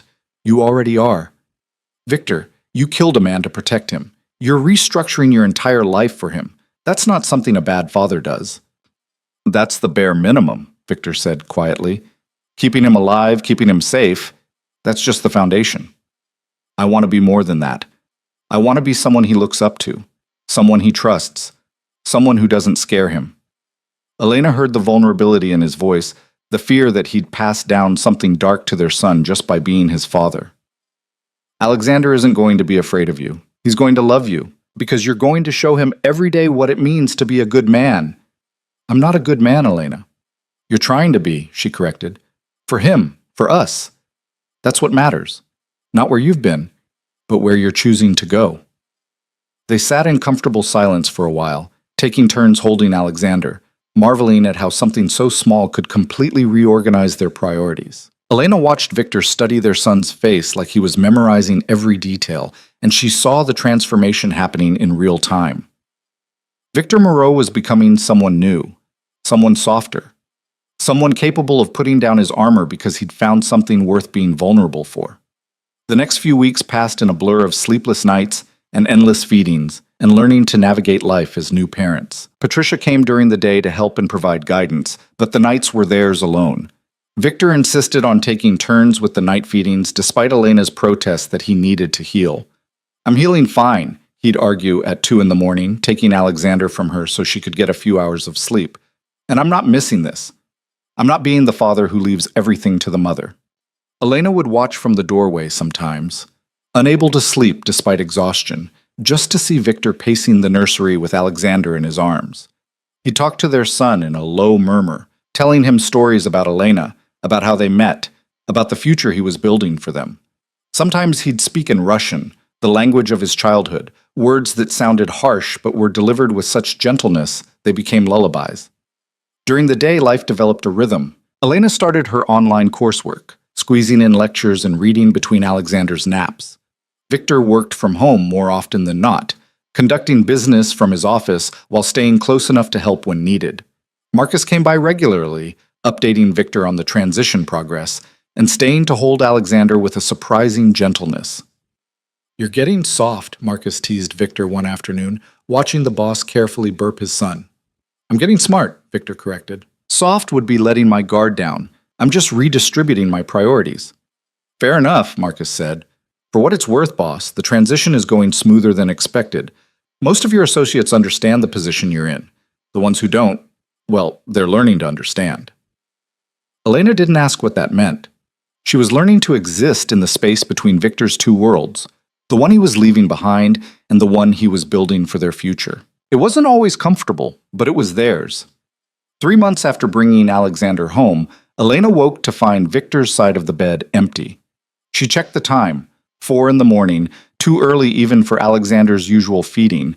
She found Victor in the nursery, sitting in the rocking chair with their son in his arms, both of them awake and watching each other. Couldn't sleep? Elena asked softly from the doorway. He was fussy, Victor said. I didn't want him to wake you. Elena crossed to them, perching on the arm of the chair. Alexander was alert but calm, his eyes, still that unfocused blue of infancy, tracking between his parents' faces.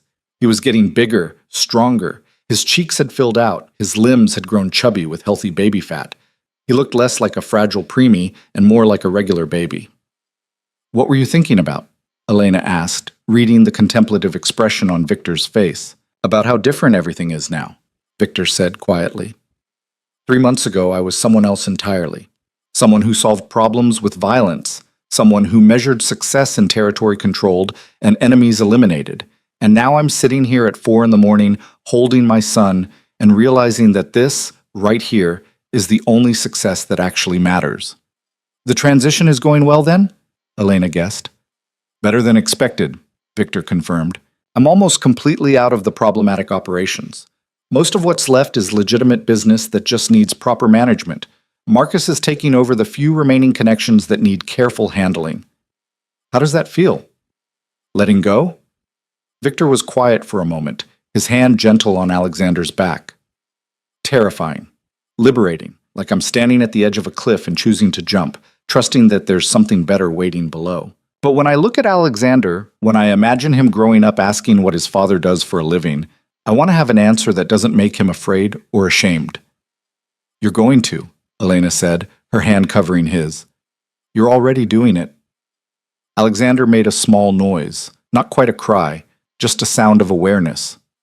Victor lifted him higher, supporting his head with practiced ease now, and smiled when their son's mouth quirked in what might have been a smile or might have been gas. Hello, little man, Victor said softly. You have no idea how much you've changed everything, do you? How you took two people who were falling apart and gave them a reason to build something better. He's very wise for 3 months old, Elena said with a smile. He is, Victor agreed seriously. Look at him. Already knows how to get what he wants. Already has us completely wrapped around his tiny fingers. He's going to be dangerous when he grows up. He's going to be loved, Elena corrected. That's what matters. They stayed like that for a while, the three of them existing in the quiet pre-dawn darkness. These were the moments Elena treasured most. Not the grand gestures or expensive gifts, but the simple intimacy of being together, of watching Victor transform from the dangerous man she'd run from into the devoted father she'd barely dared to hope for. As summer turned to fall, Alexander grew and changed with startling speed. He smiled, real smiles, not gas, when Victor came home. He laughed when Elena made silly faces. He rolled over, grabbed toys, started showing the personality that had been hidden beneath premature fragility. Victor kept his promise about the business transition. By Alexander's 6-month birthday, he divested himself of every illegal operation, leaving only legitimate holdings that he managed through proper channels. The change was remarkable. He came home earlier, slept better, carried less tension in his shoulders. I had a meeting today, Victor said one evening while they were giving Alexander a bath, with a real estate development firm about a partnership on luxury condos downtown. That sounds very legitimate and boring, Elena teased, supporting Alexander's head while Victor carefully washed their son's squirming body. It was, Victor agreed, completely, mind-numbingly boring. And it was perfect. No guns, no threats, no wondering if the other party was planning to betray me. Just numbers and contracts and normal business negotiations. You like it, Elena observed.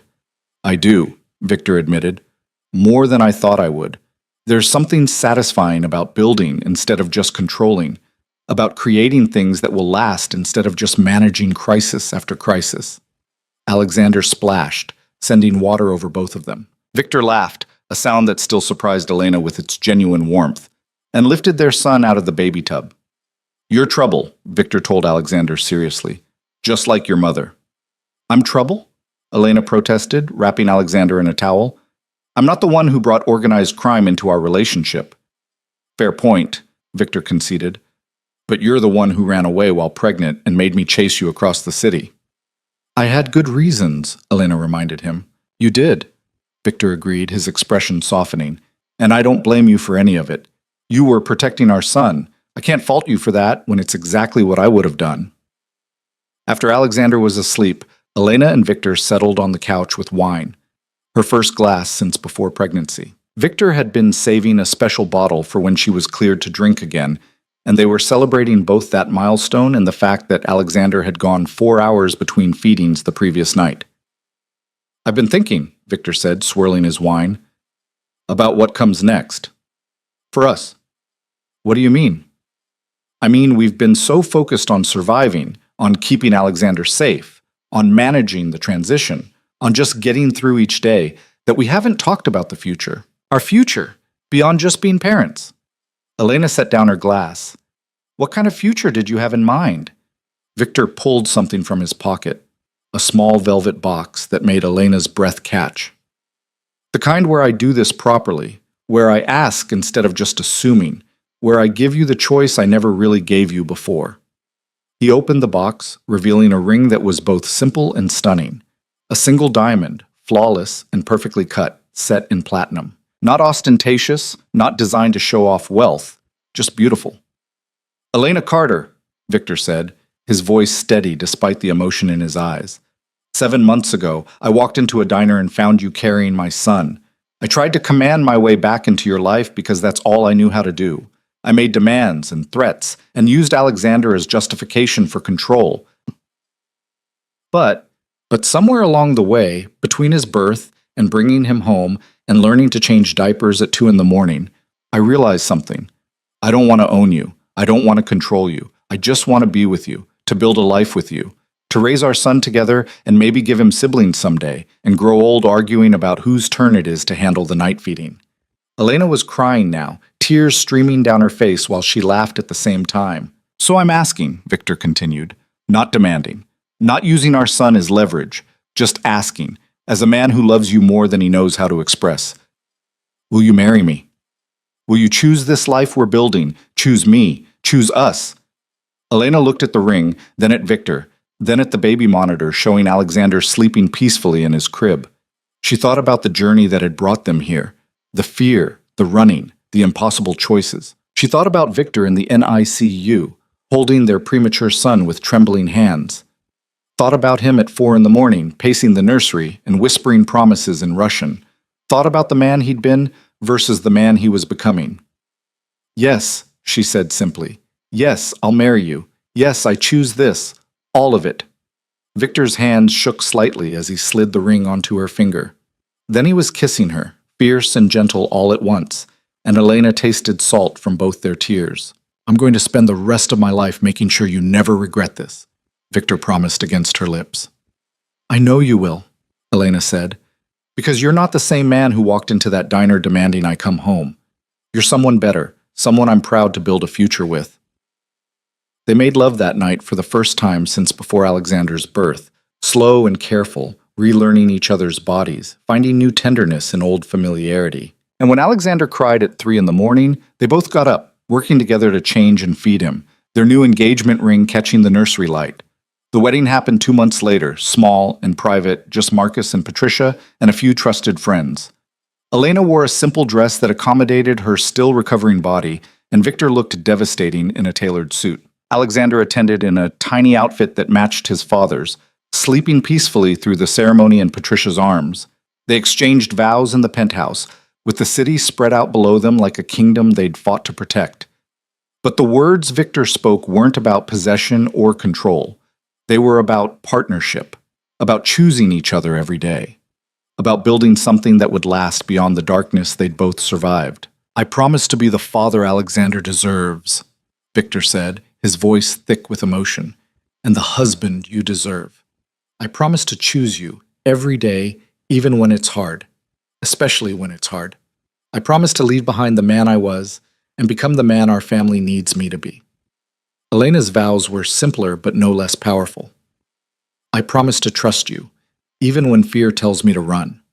I promise to believe in the future we're building, even when the past tries to drag us back. I promise to love you, not despite who you've been, but because of who you're choosing to become. When they kissed as husband and wife, Alexander woke up and started crying, making everyone laugh. It was perfect in its imperfection, real and messy and theirs. The months that followed settled into a rhythm that felt almost normal. Victor's business ventures thrived under legitimate management. Elena finished her degree coursework, graduating with honors while Victor and Alexander watched the online ceremony. They moved from the penthouse to a house in the suburbs, still secure, but with a yard where Alexander could eventually play. Alexander continued growing, hitting milestones that filled photo albums and memory books. His first laugh at 6 months. Rolling over at 7, sitting up at 8. Each achievement felt monumental after the fragile beginning of his life. "He's going to walk before we're ready," Patricia predicted when Alexander started pulling himself up on furniture at 9 months. She was right. At 10.5 months, Alexander took his first wobbly steps, from Elena's arms to Victor's, crossing the living room with determination that made both parents cry. "That's my boy," Victor said, scooping Alexander up when he reached his father. "Strong and stubborn, just like your mother." "Just like both of us," Elena corrected, watching her husband and son with a fullness in her chest that felt almost painful. This was what she'd run from, what she'd been afraid to hope for. This ordinary, extraordinary life. Alexander's first birthday arrived with startling speed. They threw a small party, just family and close friends, in the backyard of their new house. Marcus gave Alexander a toy that was definitely too advanced for a 1-year-old. Patricia brought handmade clothes she'd been sewing in secret. Victor had commissioned a custom rocking horse that Alexander immediately tried to climb. As the party wound down and Alexander napped in his crib, exhausted from attention and cake, Elena and Victor sat on the back porch watching the sun set. "A year ago, I was 7 months pregnant and working at a diner," Elena said softly. "Convinced that hiding from you was the only way to keep our baby safe. And now look at us. Married, in the suburbs, with a 1-year-old who just destroyed a birthday cake. A year ago, I was consumed by revenge and territory and maintaining control," Victor added, "convinced that power was the only thing that mattered. And now my biggest concern is whether Alexander's going to inherit your stubbornness or mine." "Definitely both," Elena said with a laugh. "Poor kid doesn't stand a chance." Victor's arm came around her shoulders, pulling her close. "I've been thinking about what you said, about Alexander growing up protected from the darkness. And I realized we can't protect him from knowing that darkness exists. But we can show him how to choose light anyway, how to be strong without being violent, how to be powerful without being cruel." "You're already showing him that," Elena said, "every day. Just by being here, by choosing us over everything else." "Choosing you was the easiest decision I've ever made," Victor said quietly, "walking away from everything I built. That was harder. But watching Alexander take his first steps yesterday, seeing him laugh and play and grow into this amazing little person that makes every sacrifice worth it."